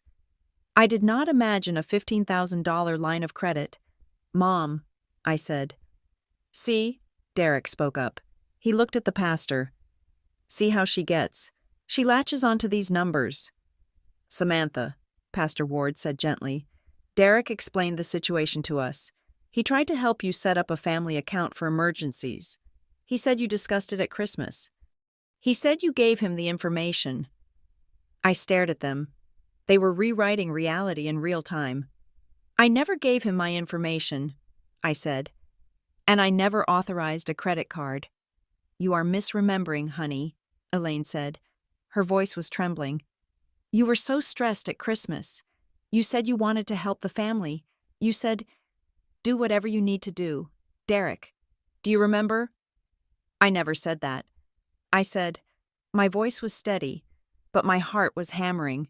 This was gaslighting, pure and simple. They were trying to make me doubt my own memory so they could justify the theft as a misunderstanding. "We think you are having a breakdown," Derek said. He looked me in the eye, and his expression was terrifyingly blank. "We think you snapped under the pressure. That is why you made a scene at the restaurant. That is why you are sending these crazy emails. You are unstable. Sam, we want you to get help," Pastor Ward added. "Our church has a counseling center. We can help you work through this. Paranoia, unstable, breakdown. They were building a case. If I tried to press charges, they would drag me into court and say I was mentally incompetent. They would say I authorized the debt in a manic episode and then forgot. They would use my own anger against me." I took a deep breath. I looked at my phone on the table. "I am not unstable," I said clearly, "and I am not misremembering. I have the IP logs from the bank application. It was submitted from a device registered to Derek Rivera. I have the metadata from the fake email address. I have the sworn statement from the restaurant manager." Elaine flinched. "Stop it. Stop talking about evidence. We are talking about family." "No," I said. "You are talking about a cover-up." I reached out and tapped the screen of my phone. The screen lit up. The voice memo app was running. The timer was at 5 minutes and 30 seconds. "I am recording this conversation," I said, "as is my right under state law, provided I inform you, which I am doing now." The effect was instantaneous. Elaine's face went white. The pity vanished. The suffering mother mask cracked, and underneath it was pure, unadulterated fear. "You are recording," she whispered. "Yes," I said. "I am documenting everything, including the part where you just tried to convince me that I hallucinated a felony." Derek slammed his hand on the table. The silverware rattled. "Turn it off. You turn that off right now." "No," I said. "If you are telling the truth, Derek, why are you afraid of a recording?" "You little witch," Elaine hissed. Her eyes were wide, darting around the restaurant to see if anyone heard. "How dare you? How dare you trap your own mother?" "You trapped me first," I said. "You invited me here to call me crazy so you wouldn't have to pay back the money you stole." I stood up. I picked up my phone. "This peace lunch is over," I said. "Do not contact me again unless it is through a lawyer. And Pastor," I looked at Glenn Ward, whose mouth was hanging slightly open, "if you continue to aid and abet financial fraud under the guise of counseling," I said, "my attorney will include you in the lawsuit. Have a blessed day." I walked out. I didn't look back, but I heard the silence I left behind. It was the silence of people who realized that the weapon they brought to the fight, my guilt, was broken. I sat in my car in the parking lot for 10 minutes, shaking. The adrenaline crash was brutal. I wanted to scream. I wanted to drive into the ocean. My phone buzzed. I jumped. It was a text from Tess. "Tess, meet me. Please. Behind the library. I can't do this anymore." I drove to the Harbor Glen Public Library. It was a brick building near the park. Quiet on a Wednesday afternoon. I parked in the back row. Tess was waiting in her car, an old Honda Civic. She got out when she saw me and climbed into my passenger seat. She was wearing a hoodie pulled up over her head. She looked like she hadn't slept in a week. "Did they do it?" she asked, her voice shaking. "Did they try the intervention thing?" "Yes," I said. "They called me unstable." Tess put her face in her hands. "I told him not to. I told him it wouldn't work. But he's panicked. Sam, he's so panicked." "Why, Tess," I asked, "tell me about the money. Tell me about Colton Rusk." Tess took a shuddering breath. She looked out the window, checking for Derek's car. "It's called the Harbor Key Society," she whispered. "The Harbor Key Society," I repeated. "It's a club," she said. "Derek got recruited 6 months ago. Rusk runs it. They pitch it as this elite networking group for entrepreneurs. You pay dues to get in. High dues. Like $2,000 a month." $2,000 a month. I stared at her. Derek doesn't have $2,000. That's the trap, Tess said. Rusk tells them, don't worry about the money. We will show you how to leverage assets. He teaches them how to maximize. Maximize what? Credit, she said. He teaches them how to find unused credit in their family networks. Parents, siblings, grandparents.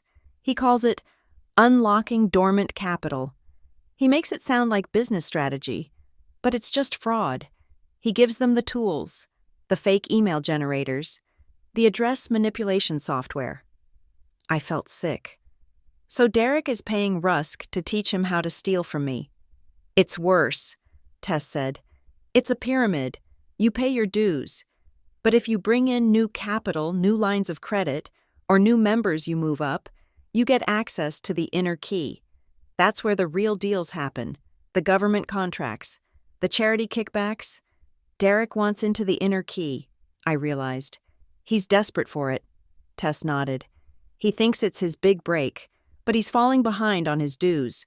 Rusk told him he had to bring in a whale this month or he was out. And if you get kicked out, you owe the back dues immediately, plus interest. How much does he owe? $40,000, Tess said. Tears started sliding down her cheeks. If he doesn't deliver you, if he doesn't get access to your credit and your clean name to put on some board documents, Rusk is going to ruin him. Rusk has guys, real guys, not just lawyers. So he offered me up, I said. He served me on a platter to save his own skin. He thinks he can fix it, Tess sobbed. He thinks once he gets the big payout from the renewal fund, he can pay you back and you'll never know. But there is no payout. Sam, it's just a black hole. I looked at this girl. She was trapped in the same web, but she didn't have the strength to cut her way out. Tess, I said gently, you need to leave him. I can't, she whispered. He has my car title. He has my savings. Go to the police, I said. I can't, she repeated. She opened the door. Just watch your back. Derek told Rusk that the intervention didn't work. Rusk told him to pull the corporate lever. I don't know what that means, but it sounded bad. She jumped out of the car and ran back to her Honda. Pull the corporate lever. I drove back to work with a sense of dread settling in my stomach. Thursday morning, the warehouse was humming. I was in my office, reviewing shift schedules, trying to pretend my life wasn't imploding. My desk phone rang. Samantha Rivera, I answered. Samantha, this is David in Human Resources. Can you come up to my office? Please bring your badge. Bring your badge. That was the code. That meant you might not be coming back. I stood up. My legs felt like lead. I grabbed my purse. I grabbed the folder, the heavy, thick folder labeled Evidence. I took the elevator to the top floor. The HR suite was quiet, carpeted, smelling of sanitizer. David was sitting behind his desk. Next to him was the vice president of operations, my boss's boss. Sit down. Samantha, David said. He didn't smile. I sat. I placed the folder on my lap. Samantha, the VP said, we have received a serious complaint. An anonymous whistleblower report was filed through our ethics hotline this morning. He slid a piece of paper across the desk. I looked at it. It was a printed email to Larkwell Distribution Ethics Committee. From concerned citizen subject employee, Samantha Rivera. Financial fraud. I am writing to report that your employee, Samantha Rivera, is currently under investigation for extensive credit card fraud and identity theft. She has abandoned financial obligations to local businesses and is leveraging her position at Larkwell to launder illicit funds. She is unstable and poses a security risk to your company's accounts. It was a masterwork of lies. It hit every trigger word HR feared: fraud, launder, security risk. This is a serious accusation, David said. We run background checks, Samantha. But if you are involved in financial crimes, we cannot have you managing our logistics budget. We have a fiduciary duty. Is there an investigation? The VP asked. Are the police involved? I looked at the two men. They were looking at me like I was a liability, a cancer to be cut out. This was Rusk's move. This was the corporate lever. Destroy my income, remove my ability to pay for a lawyer, force me to come crawling back to the family for help. I took a deep breath. "Gentlemen," I said, "there is an investigation, but I'm not the suspect. I am the victim." I opened the folder. I placed the papers on the desk, one by one. "This is the police report filed on February 17th regarding identity theft committed against me," I said. I laid down the next paper. "This is the affidavit from the general manager of Marrow and Salt, confirming that my identity was used without my consent and that I paid my bill in full." I laid down the third paper. "This is a cease and desist letter from my attorney, Hannah Price, addressed to the individuals who filed this false complaint." I looked at David. "The people targeting me are part of a racketeering scheme involving a local debt settlement agency. They are attempting to blackmail me because I uncovered their fraud. This email you received, it is retaliation. It is an attempt to weaponize this company against a victim of crime." The room went silent. David picked up the police report. He read the case number. He looked at the date. The VP picked up the lawyer's letter. "You have legal counsel?" the VP asked. "I do," I said. "Price and Lohman LLP. You can call them right now." David looked at the VP. The tension in the room shifted.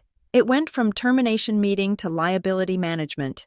If they fired a whistleblower and a victim of crime based on a false tip from the perpetrators, they were opening themselves up to a massive lawsuit. "I see," David said.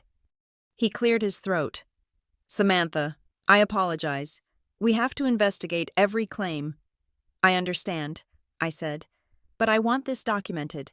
I want it on record that my family, specifically my brother Derek Rivera and his associates, are harassing me at my place of employment. If they contact the company again, I want it flagged as harassment, not a credible tip." "We can do that," the VP said. He looked impressed. He pushed the papers back to me. "We will open an internal investigation into the source of the email. If it came from outside, we will block the domain. You can go back to work. Samantha." "Thank you," I said. I stood up. I walked out of the office. I made it to the elevator before my knees gave out. I leaned against the metal wall, gasping for air. I had survived. I had parried the blow, but I knew this wasn't the end. They had tried to take my money, then my sanity, now my job. I walked to my car at the end of the day, scanning the parking lot for Derek's BMW or Rusk's silver sedan. I got in and locked the door. My phone chimed. A text message. Unknown number. I stared at it. Unknown, pay what you owe. Samantha. Families break when women get proud. I looked at the words. When women get proud. It wasn't about the money anymore. It was about submission. It was about bending the knee. I typed back 2 words. Samantha. Try me. I blocked the number. I put the car in gear. I wasn't just fighting for my credit score anymore. I was fighting for my life, and I was done playing defense. The fraud affidavit lay on the desk of the investigator at Crestline Cooperative Bank. It was 5 pages long, dense with timestamps, IP addresses, and sworn statements. I had spent the last 48 hours compiling it, sleeping in 2-hour bursts, driven by a manic energy that felt less like adrenaline and more like a fever. The investigator, a man named Mr. Henderson with gray stubble and tired eyes, tapped a pen against the file. The room was small, windowless, and smelled of stale coffee. "We have frozen the account, Ms. Rivera," Henderson said, "and we have flagged the credit bureaus. The inquiry will be removed from your report pending the final investigation." "Thank you," I said. I felt a weight lift, but only slightly. "How long until it is fully cleared I have debt collectors sending me letters?" Henderson leaned back. He looked at me with a mixture of professional detachment and pity. "It will take time, but I have to be honest with you about something. Samantha, we see a lot of identity theft here. Usually, it is a data breach, a hacker in a basement somewhere buying a batch of Social Security numbers." He paused, opening the file to the application page. "This was not a hacker," he said. "The security questions were not standard. To bypass our secondary authentication, the The applicant had to answer 3 specific questions: your mother's place of birth, the make and model of your first car, and the name of your childhood pet. I felt a cold prickle at the base of my neck. Buster, I whispered. My dog was named Buster. Exactly, Henderson said. And your first car was a '98 Honda Civic. A stranger does not know that. A hacker does not know the name of the dog you had when you were 7. This was an inside job. Ms. Rivera. Whoever did this sat at a computer, likely with your birth certificate or old family photos within reach, and answered these questions without hesitation. I stared at the wall. I could see Derek sitting at his laptop. I could see Elaine standing behind him, sipping tea, feeding him the answers. Remember, she called that dog Buster. Remember, she bought that ugly green car. They hadn't just stolen my credit. They had mined our shared history for the keys to the vault. We will be turning this over to the fraud division, Henderson said. If we can trace the IP address to a specific residence, will you be willing to press charges, even if it leads home? Yes, I said. My voice did not shake. It does not feel like home anymore. Mr. Henderson, it feels like a crime scene. I thought filing the report would stop them. I thought the legal wall I was building would force them to back down, but I had underestimated the sheer, panicked aggression of a narcissist who feels control slipping away. The summons came on Saturday morning, not a legal summons, but a social one. It was a text from Aunt Marcy. Marcy Samantha, your mother is in a bad way. She is not eating. We are all at my house. We need to settle this family business before it kills her. Please, just come for 10 minutes. If not for her, then for the memory of your father. My father. The low blow. I knew I shouldn't go. Hannah Price had told me to stay away. Maya had told me to block them. But the phrase before it kills her hooked into that deep, childish part of me that was terrified of being the reason my mother suffered, and part of me wanted to look them in the eye one last time. I wanted to see if there was any humanity left, or if it was all just a script. I drove to Aunt Marcy's house. It was a large, cluttered Victorian on the south side of Harbor Glen, filled with doilies and dust. When I walked in, the air was thick with the smell of potpourri and tension. They were all there. Elaine sat in the high-backed floral armchair, clutching a handkerchief. Derek stood by the fireplace, arms crossed, looking at the floor. Aunt Marcy was there, along with my cousin Nina and 2 other aunts I barely saw. Great Aunt Linda and Aunt Sarah. It wasn't a casual gathering. The chairs were arranged in a semicircle facing the door. It was a tribunal. Samantha, Marcy said, closing the door behind me. The lock clicked. Thank you for coming. I am not staying long, I said, keeping my hand on my purse. You said Mom was sick. She is sick with grief, Aunt Linda said. She was a stern woman who always criticized my hair. Look at her. Elaine looked up. Her eyes were red-rimmed, but dry. She looked at me with a profound disappointment, as if I were a stain on the carpet she couldn't scrub out. Why are you doing this to us, Samantha? Elaine asked softly. Doing what? I asked. Protecting myself from theft. See? Derek snapped. She calls it theft. She calls family help theft. It is not help when you don't ask, I said. It is stealing. You think you are better than us, Aunt Sarah said. I froze. The words came out mechanically. Excuse me. You think you are better than us, Sarah repeated. Because you have that degree. Because you have that office. You think you can look down on your brother. You owe your mother, Marcy chimed in. Her voice had the same flat, rehearsed cadence. She wiped your bottom. She fed you when there was no food. You owe her everything. It is just money, Nina muttered from the corner, looking at her phone but reciting the line. It is just money. Sam, why do you care about money more than people? I looked around the room. The faces were different, but the eyes were the same, glassy, judgmental. You think you are better, Linda said again. You owe your mother, Derek echoed. It is just money, Elaine whispered.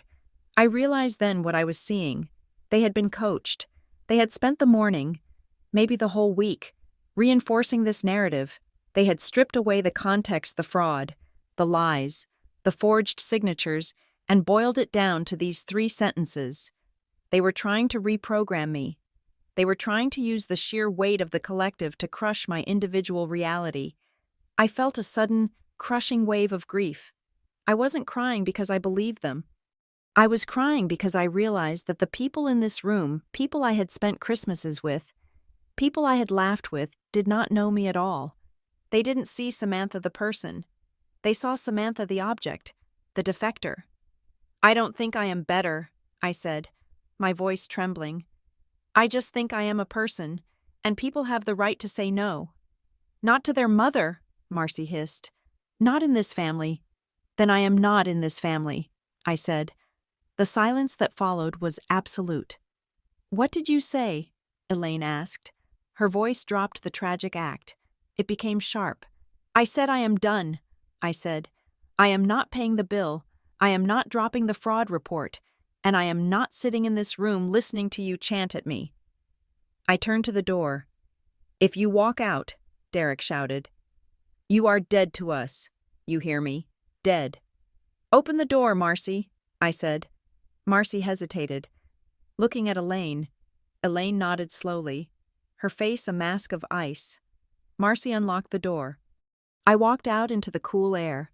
I heard Derek shouting something about ingratitude and karma, but it sounded muffled, like he was underwater. I got to my car. I sat in the driver's seat, and then I broke.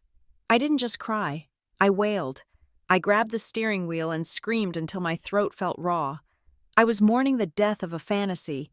I was mourning the idea that if I just explained it well enough, if I was just good enough, they would love me. I realized they did love me. But they loved me the way a carpenter loves a hammer. They loved me for what I could do for them. And the moment I stopped driving the nails, I was useless. I called Maya. I couldn't form sentences. I just breathed jagged, gasping breaths into the phone.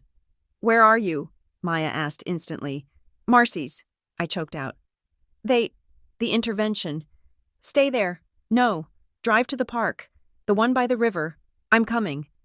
10 minutes later, Maya sat in my passenger seat while I wiped my face with a fast food napkin. "They had a script." "Maya," I said, staring at the river. "They all said the exact same things. You think you're better. It's just money." "That is called swarming," Maya said gently. "It is a defense mechanism for the hive. When one bee leaves, the others attack to force it back or kill it. It has nothing to do with who you are. It has everything to do with their survival." "It felt like I was losing my mind," I said. "That was the goal," Maya said. "But you didn't. You walked out. That is the victory. Sam, you survived the swarm." "I don't feel victorious," I said. "I feel like an orphan." "You are grieving," Maya said. "Grieve, but don't go back. If you go back now, they will never let you leave again." She reached into her bag. "And while you were in the lion's den, your lawyer found something. She sent it to me because she knew you wouldn't answer." Maya handed me her phone. It was an email from Hannah Price. Subject: actionable intelligence. Renewal Fund, Samantha. "I have been reviewing the public notices for the Harbor Glen Renewal Fund. They are holding their quarterly board of directors meeting this Tuesday at the Civic Hall. It is open to the public for a brief comment period. More importantly, I found a document on their donor portal. It is a pledge of future support. It lists the Rivera Family Trust as a diamond tier donor, with a pledged contribution of $50,000. The contact name listed is Samantha Rivera. I stared at the screen. $50,000, I whispered. "I don't have a trust. I don't have $50,000. Derek pledged it," Maya said. "He promised Rusk that you would cover it. That is why he is so desperate. He didn't just steal the dinner money. He sold your future earnings to this charity scam. If I don't pay, then Derek is on the hook," Maya said. "And Rusk doesn't seem like the kind of guy who takes IOUs. Hannah says we should go to the meeting," I read. "We shouldn't just go," Maya said, her eyes hardening. We should burn it down. The strategy session at Hannah's office on Monday was grim and precise. We weren't going in to scream. We weren't going in to make a scene. We were going in to introduce paper into the record. The renewal fund relies on the illusion of propriety, Hannah explained. They have city council members on the board. They have the mayor's ear. They cannot afford a public scandal involving identity theft and fraud within their donor roles. So we present the evidence, I said. We enter a formal dispute of the pledge, Hannah said. We submit the affidavit from the bank. We submit the police report number. We state, on the public record, that the Rivera Family Trust does not exist and that your name was used without consent to launder a fraudulent pledge. Rusk will be there, I said. Let him be there, Hannah said. He cannot touch you in a room full of witnesses and a court reporter. I was gathering my things to leave when my phone buzzed. It was Tess. Tess, I can't do this anymore. He's talking about selling my car. I'm leaving tonight, but I wanted you to have this. I recorded it when he was drunk last night. Use it. Attached was a voice memo file. I looked at Hannah. It's from Tess. I pressed play. The sound was grainy. Background noise of a TV. The clink of glass. Then, Derek's voice. Slurred. Arrogant. Ugly. She'll pay. She always pays. You just have to squeeze her. That's the thing about Sam. She acts tough, but she caves when everyone's watching. That's why we did the dinner at Marrow. Put her on the spot. Make her look cheap in front of the waiter. She opens the wallet. Works every time. A pause. Then Tess's voice, small and scared. But 50,000. Derek, she doesn't have 50,000. Derek laughed. She has credit. Rusk showed me. She has a pristine score. We leverage that. Take the loan. Funnel it through the pledge. And Rusk cuts me back 20% as a consulting fee. It's free money, babe. And Sam gets to feel like a hero. Everyone wins. I stopped the recording. The room was silent. He planned it, I said. My voice was cold. The dinner, the humiliation, it was a test run. He wanted to see if I would break under social pressure so he could rob me of $50,000. She caves when everyone's watching, Hannah repeated. She looked at me. Is that true, Samantha? I stood up. I felt a steel rod stiffen in my spine. It used to be, I said, but on Tuesday, everyone will be watching, and I am not caving. The Harbor Glen Civic Hall was a cavernous, echoing building that smelled of floor wax and bureaucracy. Tuesday evening, the rain was hammering against the roof. I walked in with Hannah on my left and Maya on my right. I was wearing my best suit. I carried the folder. The meeting was held in the main auditorium. There were about 50 people in the audience, mostly local business owners, donors, and people hoping to network. At the front, on a raised dais, sat the board of directors. There were 7 of them. The mayor was there, a few local CEOs, and at the end of the table, looking bored and elegant in a charcoal suit, was Colton Rusk. In the front row of the audience, I saw the back of my mother's head. She was wearing her Sunday best. Next to her was Derek. They were there to cement the lie. They were there to be the Rivera Family Trust. My heart was hammering against my ribs like a trapped bird. Run. A part of me screamed. Run back to the car. Change your name. Move to another state. But then I heard Derek's voice in my head. She caves when everyone's watching. I walked down the center aisle. Hannah led the way to the sign-in podium for public comments. She wrote my name. We sat 3 rows behind Elaine. The meeting dragged on. They talked about budget allocation. They talked about the new community garden project. They patted themselves on the back. Derek was whispering to Elaine. He looked nervous. He kept checking his phone. Then, the board chair. A heavy-set man named Mr. Abernathy banged his gavel. We will now open the floor for public comments regarding the upcoming fiscal year pledges. Please limit your statements to 3 minutes. He looked at the list.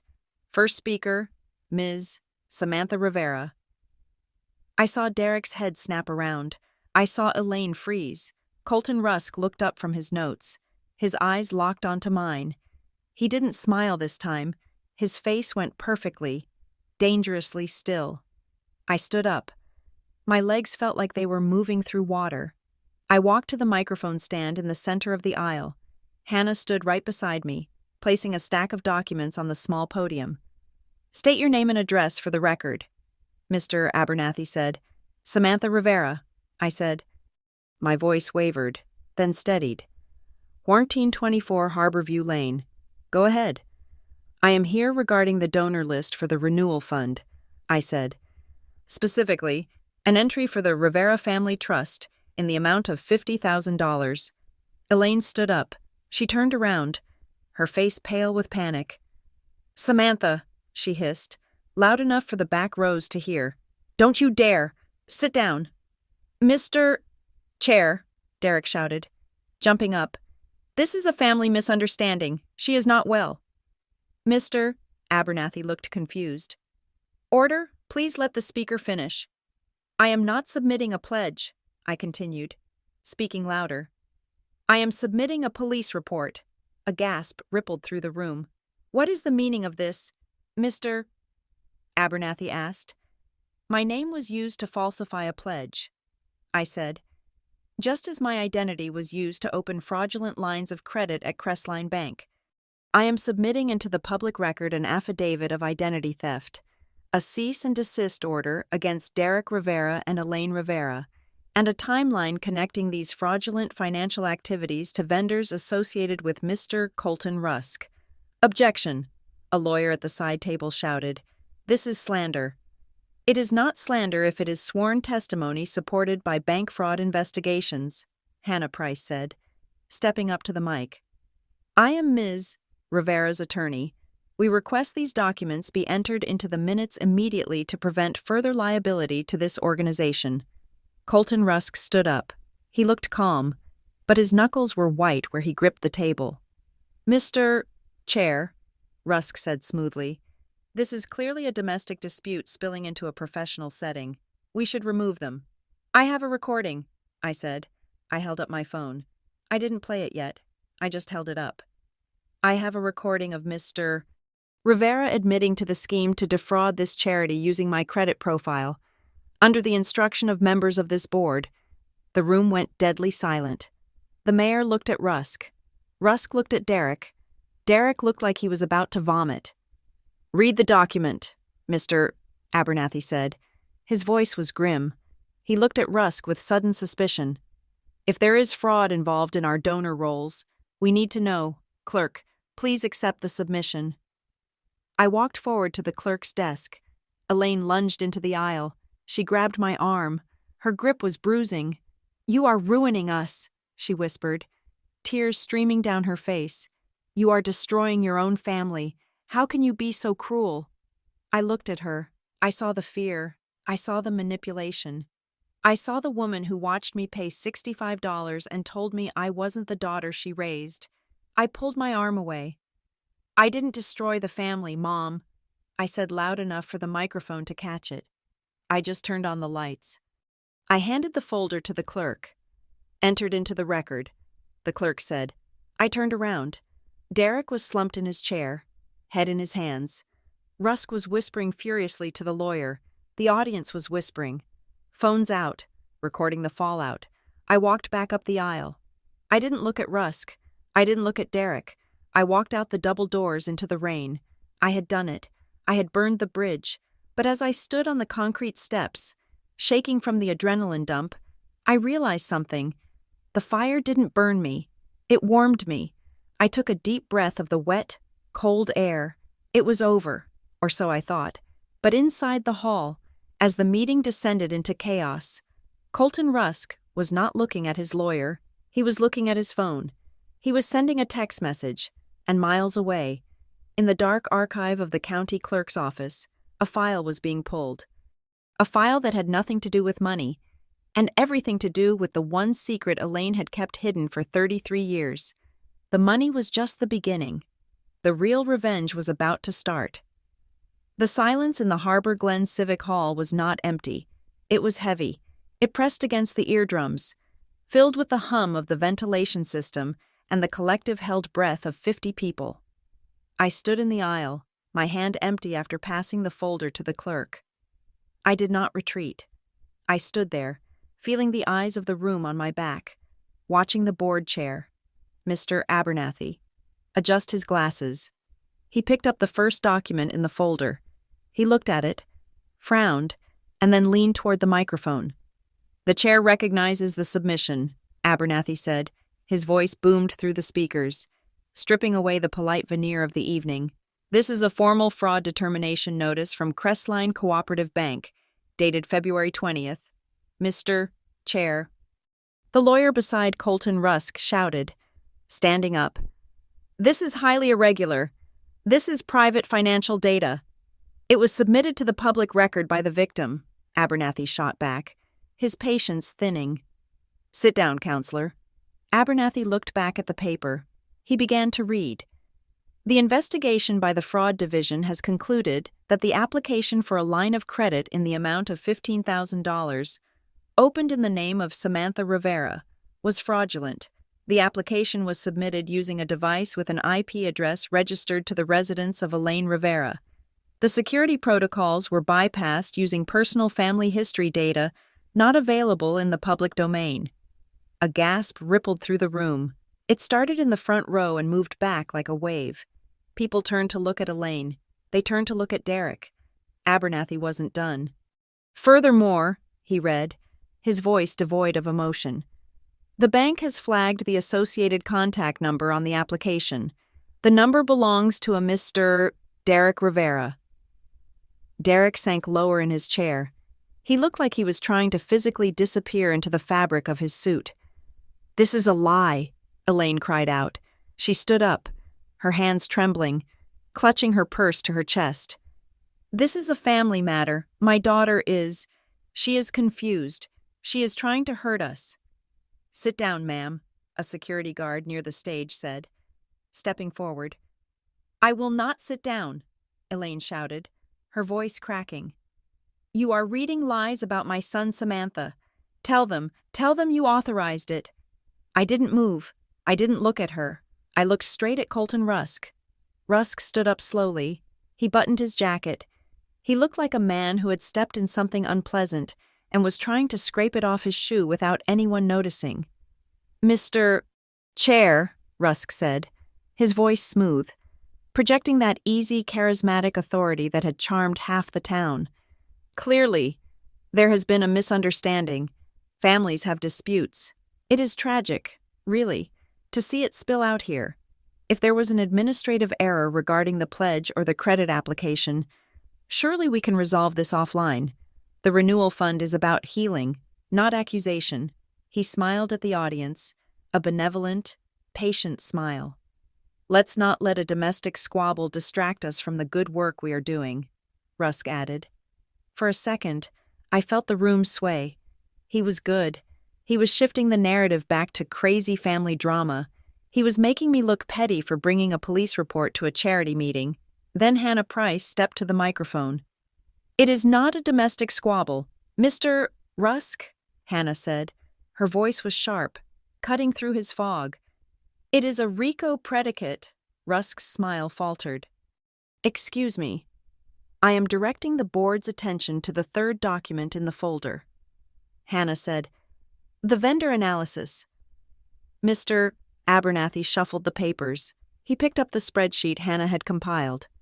"This document," Hannah continued, addressing the room, "details the vendor payments made by the Harbor Glen Renewal Fund over the last 24 months, specifically, payments totaling $142,000 to Rusk Advisory Group for consulting and $85,000 to Clearview Logistics. So," Rusk said, his eyes narrowing, "consultants are paid. That is business." "Clearview Logistics," Hannah said, "shares a registered business address with Briarstone Recovery Network. Briarstone is the debt collection agency that has been sending fraudulent demand letters to my client, based on the very debts her brother forged in her name." The murmur in the room grew louder. Phones were raised high. The red recording lights were blinking like a constellation of fireflies. "You are accusing a board member of conspiracy," Rusk's lawyer shouted. I am accusing you of running a laundry cycle, Hannah said calmly. You recruit desperate people like Derek Rivera. You teach them how to defraud their families to pay your membership dues. Then you funnel that stolen money into the charity as pledges and wash it back out to your shell companies as vendor fees. It is a closed loop, Mr. Rusk, and my client was the fuel you tried to burn to keep it running. That is enough. Rusk slammed his hand on the table. Security, remove them. Wait, Mr. Abernathy said. He was staring at the spreadsheet. He looked up at Rusk, and the look on his face was one of dawning horror. Colton, why is Briarstone listed at your warehouse address? It is a tenant, Rusk said quickly. I lease the space. I don't run it. Then explain the email, I said. I spoke for the first time since the reading began. My voice shook, but I forced it from my diaphragm, loud and clear. Mr. Chair, look at the reservation confirmation for the dinner that started all of this. The email address used to book the table. Abernathy found the page. The email is Samantha Rivera, biz@gmail.com, I said. I don't own that domain, but if you look at the metadata, specifically the recovery email linked to that account, it is Derek Rivera888@gmail.com. I pointed at my brother. And look at the address used on the credit card application, I said. My address is 1424 Harbor View Lane. The application has it spelled Harbor with a U. That is not a typo. That is a deliberate alteration to bypass the automated fraud check while ensuring the mail still gets delivered to my box where Derek had a key. I turned to face the audience. My brother didn't make a mistake, I said. He didn't misunderstand. He built a trap. He misspelled my street name so he could steal $15,000, and when I wouldn't pay, he tried to sell me to this charity for $50,000 more. The room was silent, the kind of silence that comes after a car crash, before the screaming starts. Then, Elaine screamed. It wasn't a scream of denial. It was a scream of pure, unbridled rage. You ungrateful little wretch! She lunged out of the row. She didn't go for me. She went for the aisle, shaking her finger. Her face contorted into a mask of ugliness that I had only ever seen in the privacy of our kitchen. We gave you everything, Elaine shrieked. I worked double shifts. I scrubbed floors so you could go to school. And this is how you repay me by humiliating your brother in front of the mayor, by destroying a charity that helps people. Mom, stop, I whispered, but she couldn't hear me. He needed help, Elaine yelled, turning to the audience, pleading her case to the strangers. My son needed a leg up. What is money? It is just paper. She has a good job. She has a retirement fund. Why couldn't she just sign the paper? Why did she have to be so selfish? The audience stared at her. They weren't seeing a victim anymore. They were seeing the entitlement. They were seeing a mother who believed her daughter was nothing more than an asset to be liquidated for her son. He forged my signature. Mom, I said. That is a crime. It is only a crime if you report it, Elaine spat back. You chose to make it a crime. You chose to be the villain. No, a voice said from the back. He chose. Everyone turned. Tess stood up. She was trembling so hard her knees were knocking together, but she was standing. She held her phone up to the microphone stand that Hannah had vacated. Tess, don't, Derek warned. He stood up, his face gray. Tess, I swear to God. Tess pressed play. Derek's voice, slurred and arrogant, boomed through the high-quality speakers of the Civic Hall. She'll pay. She always pays. You just have to squeeze her. That's the thing about Sam. She acts tough, but she caves when everyone's watching. The audience gasped again. She has credit. Rusk showed me. We leverage that. Take the loan. Funnel it through the pledge. It's free money, babe. Tess stopped the recording. She looked at Derek. I am not going to let you sell my car. Derek, and I am not going to let you sell your sister. You bastard, Derek roared. He moved fast. He vaulted over the row of chairs, charging toward Tess. His face was twisted in a rictus of violence. The charm, The suit, the entrepreneur act, it all vanished. He was just a thug who had been caught. "Security!" "Mr. Abernathy shouted. Two uniformed guards intercepted Derek before he reached the aisle. They grabbed his arms. He struggled, thrashing, shouting obscenities that echoed off the high ceiling. "Get off me! Do you know who I am? I am a diamond donor. I am in the inner key." Colton Rusk sat down slowly. He put his head in his hands. He knew it was over. The connection was made. The inner key was exposed. "This meeting is adjourned," Mr. Abernathy announced, his voice shaking. "We are suspending all partnership contracts with Rusk Advisory Group effective immediately. The board will cooperate fully with the police investigation." The gavel came down. It sounded like a gunshot. Chaos erupted. Donors began streaming toward the exits. Phones pressed to their ears. Calling their lawyers. Calling their banks. No one wanted to be near the blast radius. I stood still in the middle of the swirl. I felt lightheaded. I saw the police entering the back of the hall. They were heading toward the stage where security was holding Derek. Elaine was sobbing now. Loud, heaving sobs. Clinging to Aunt Marcy, who had rushed forward. "My baby. Don't hurt him. It was her fault. She provoked him." I turned away. I couldn't watch it. I couldn't watch my mother comfort the predator and blame the prey. "Come on," Hannah said, gently taking my elbow. "Let's go. We're done here." We walked out the side door, into the cold, wet night. The rain had stopped, but the ground was slick with black puddles reflecting the streetlights. The air smelled of ozone and exhaust. "You did good," Hannah said. "You held the line." "I don't feel good," I said. "I feel sick." "That is the adrenaline leaving," she said. "Go home. Lock your door. Do not answer your phone. We will handle the police statements tomorrow." Hannah walked to her car. Maya gave me a fierce hug before heading to hers. "Call me if you need me. Seriously. Anytime." I walked alone to my sedan. I was fumbling with my keys when I heard footsteps running behind me. Fast, slapping footsteps on the wet pavement. I spun around, clutching my keys like a weapon. It wasn't Rusk's goons. It was Derek. He had somehow talked his way out of the immediate hold. Or maybe the police hadn't arrested him yet. They were just taking statements. He looked wild. His tie was undone, his suit jacket torn at the shoulder. "Sam!" he shouted. He stopped 10 feet away, panting. "Sam, wait." I unlocked the car door but didn't get in. I stood behind the metal barrier of the door. "Stay back. Derek," I said. "You have to fix this," he said. His voice was shaking. He wasn't angry anymore. He was terrified. "You have to go back in there and tell them it was a misunderstanding. Tell them you gave me permission. Please, Sam." "Are you insane?" I asked. "You just tried to attack your girlfriend. You stole $15,000 from me." "I owe Rusk money," Derek cried. He took a step forward, his hands out, pleading. "Real money. Sam, 40 grand. If the charity deal falls through, if he gets investigated, he's going to come for me. These guys aren't like us. They break legs. Sam." "Then you should have thought about that before you joined a criminal enterprise," I said. "I did it for us," he yelled. "I wanted to be somebody. I wanted to buy Mom a house. I wanted to be the one who made it. Not just you. Why can't you help me? Just this once.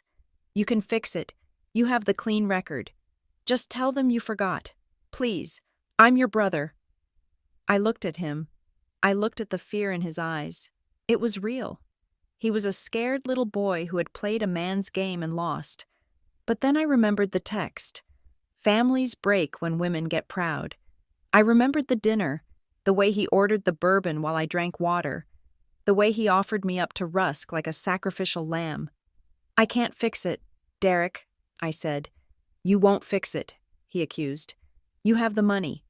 You could make this go away." "I won't," I said, "because love is not a blank check, and I am done paying for your mistakes." "If you leave me here," he whispered, "I'm ruined."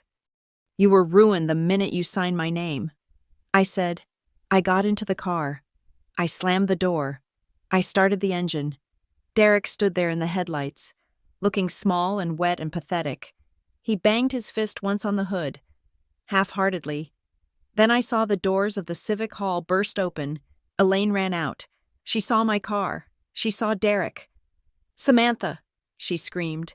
Her voice was shrill, cutting through the glass. "Samantha, come back here. You come back here right now. You do not turn your back on your mother." I put the car in reverse. I backed out of the space. I saw Elaine running toward the car, her arms waving. She looked like a ghost in the rearview mirror, a specter of guilt that had haunted me for 33 years. "Come back. Fix it. Pay the bill." I shifted into drive. I didn't turn my head. I didn't look at her one last time. I pressed the gas and drove out of the lot, leaving the Civic Hall, the renewal fund, and the Rivera family behind in the dark. I drove for an hour without knowing where I was going. I just needed distance. I ended up parking in a lookout spot overlooking the harbor, miles away from the restaurant where it all began. I turned off the engine. The silence in the car was absolute. My phone buzzed on the passenger seat. I picked it up. It was an email. Not from Elaine, not from Derek. It was from the CEO of Larkwell Distribution. Subject urgent. HR. Follow-up, Samantha. In light of the events at the Civic Hall tonight, which are already circulating on social media, we need to have a serious discussion regarding the reputational risk to the firm. While we understand you are the victim, the proximity of this scandal to our brand is concerning. Please report to my office at 8:00 a.m. tomorrow. I stared at the screen. I had won the truth. But I might lose my job. The blast radius of a grenade doesn't care who pulled the pin. Then, another notification pinged. A credit alert. New inquiry detected. Creditor Oakhaven. Payday lending. Applicant Samantha Rivera. I felt a chill go down my spine. Derek was in police custody. Elaine was with him. Who was applying for a payday loan in my name at 10 o'clock at night? I thought of Colton Rusk. I thought of the guys Derek was afraid of. They weren't done. The machine didn't stop just because one gear broke. I sat there in the dark, my hands gripping the steering wheel. My family was gone. My job was on the line. My credit was under attack again. I wasn't safe. But as I looked out at the black water of the harbor, I realized I wasn't shaking anymore. I opened the banking app. I froze the credit file again. I forwarded the CEO's email to Hannah Price. I wasn't safe, but I was free. I had paid the $65. I had paid the emotional tax, and I wasn't paying a single cent more. I started the car, turned the heater up against the cold, and drove back onto the road. The rearview mirror was dark. I didn't check it. I only looked forward. Thank you for listening to I Paid My $65 share and Left My Family with the $3,000 tab. The story of Samantha Rivera reminds us that sometimes the hardest boundaries to set are the ones with the people we are supposed to trust the most. I would love to hear from you. Where are you listening from today? Have you ever had to draw a hard line with a family member over money? Please share your thoughts in the comments below. And if you enjoyed this story, make sure to subscribe to Revenge Stories for more tales of betrayal, justice, and the long road to freedom.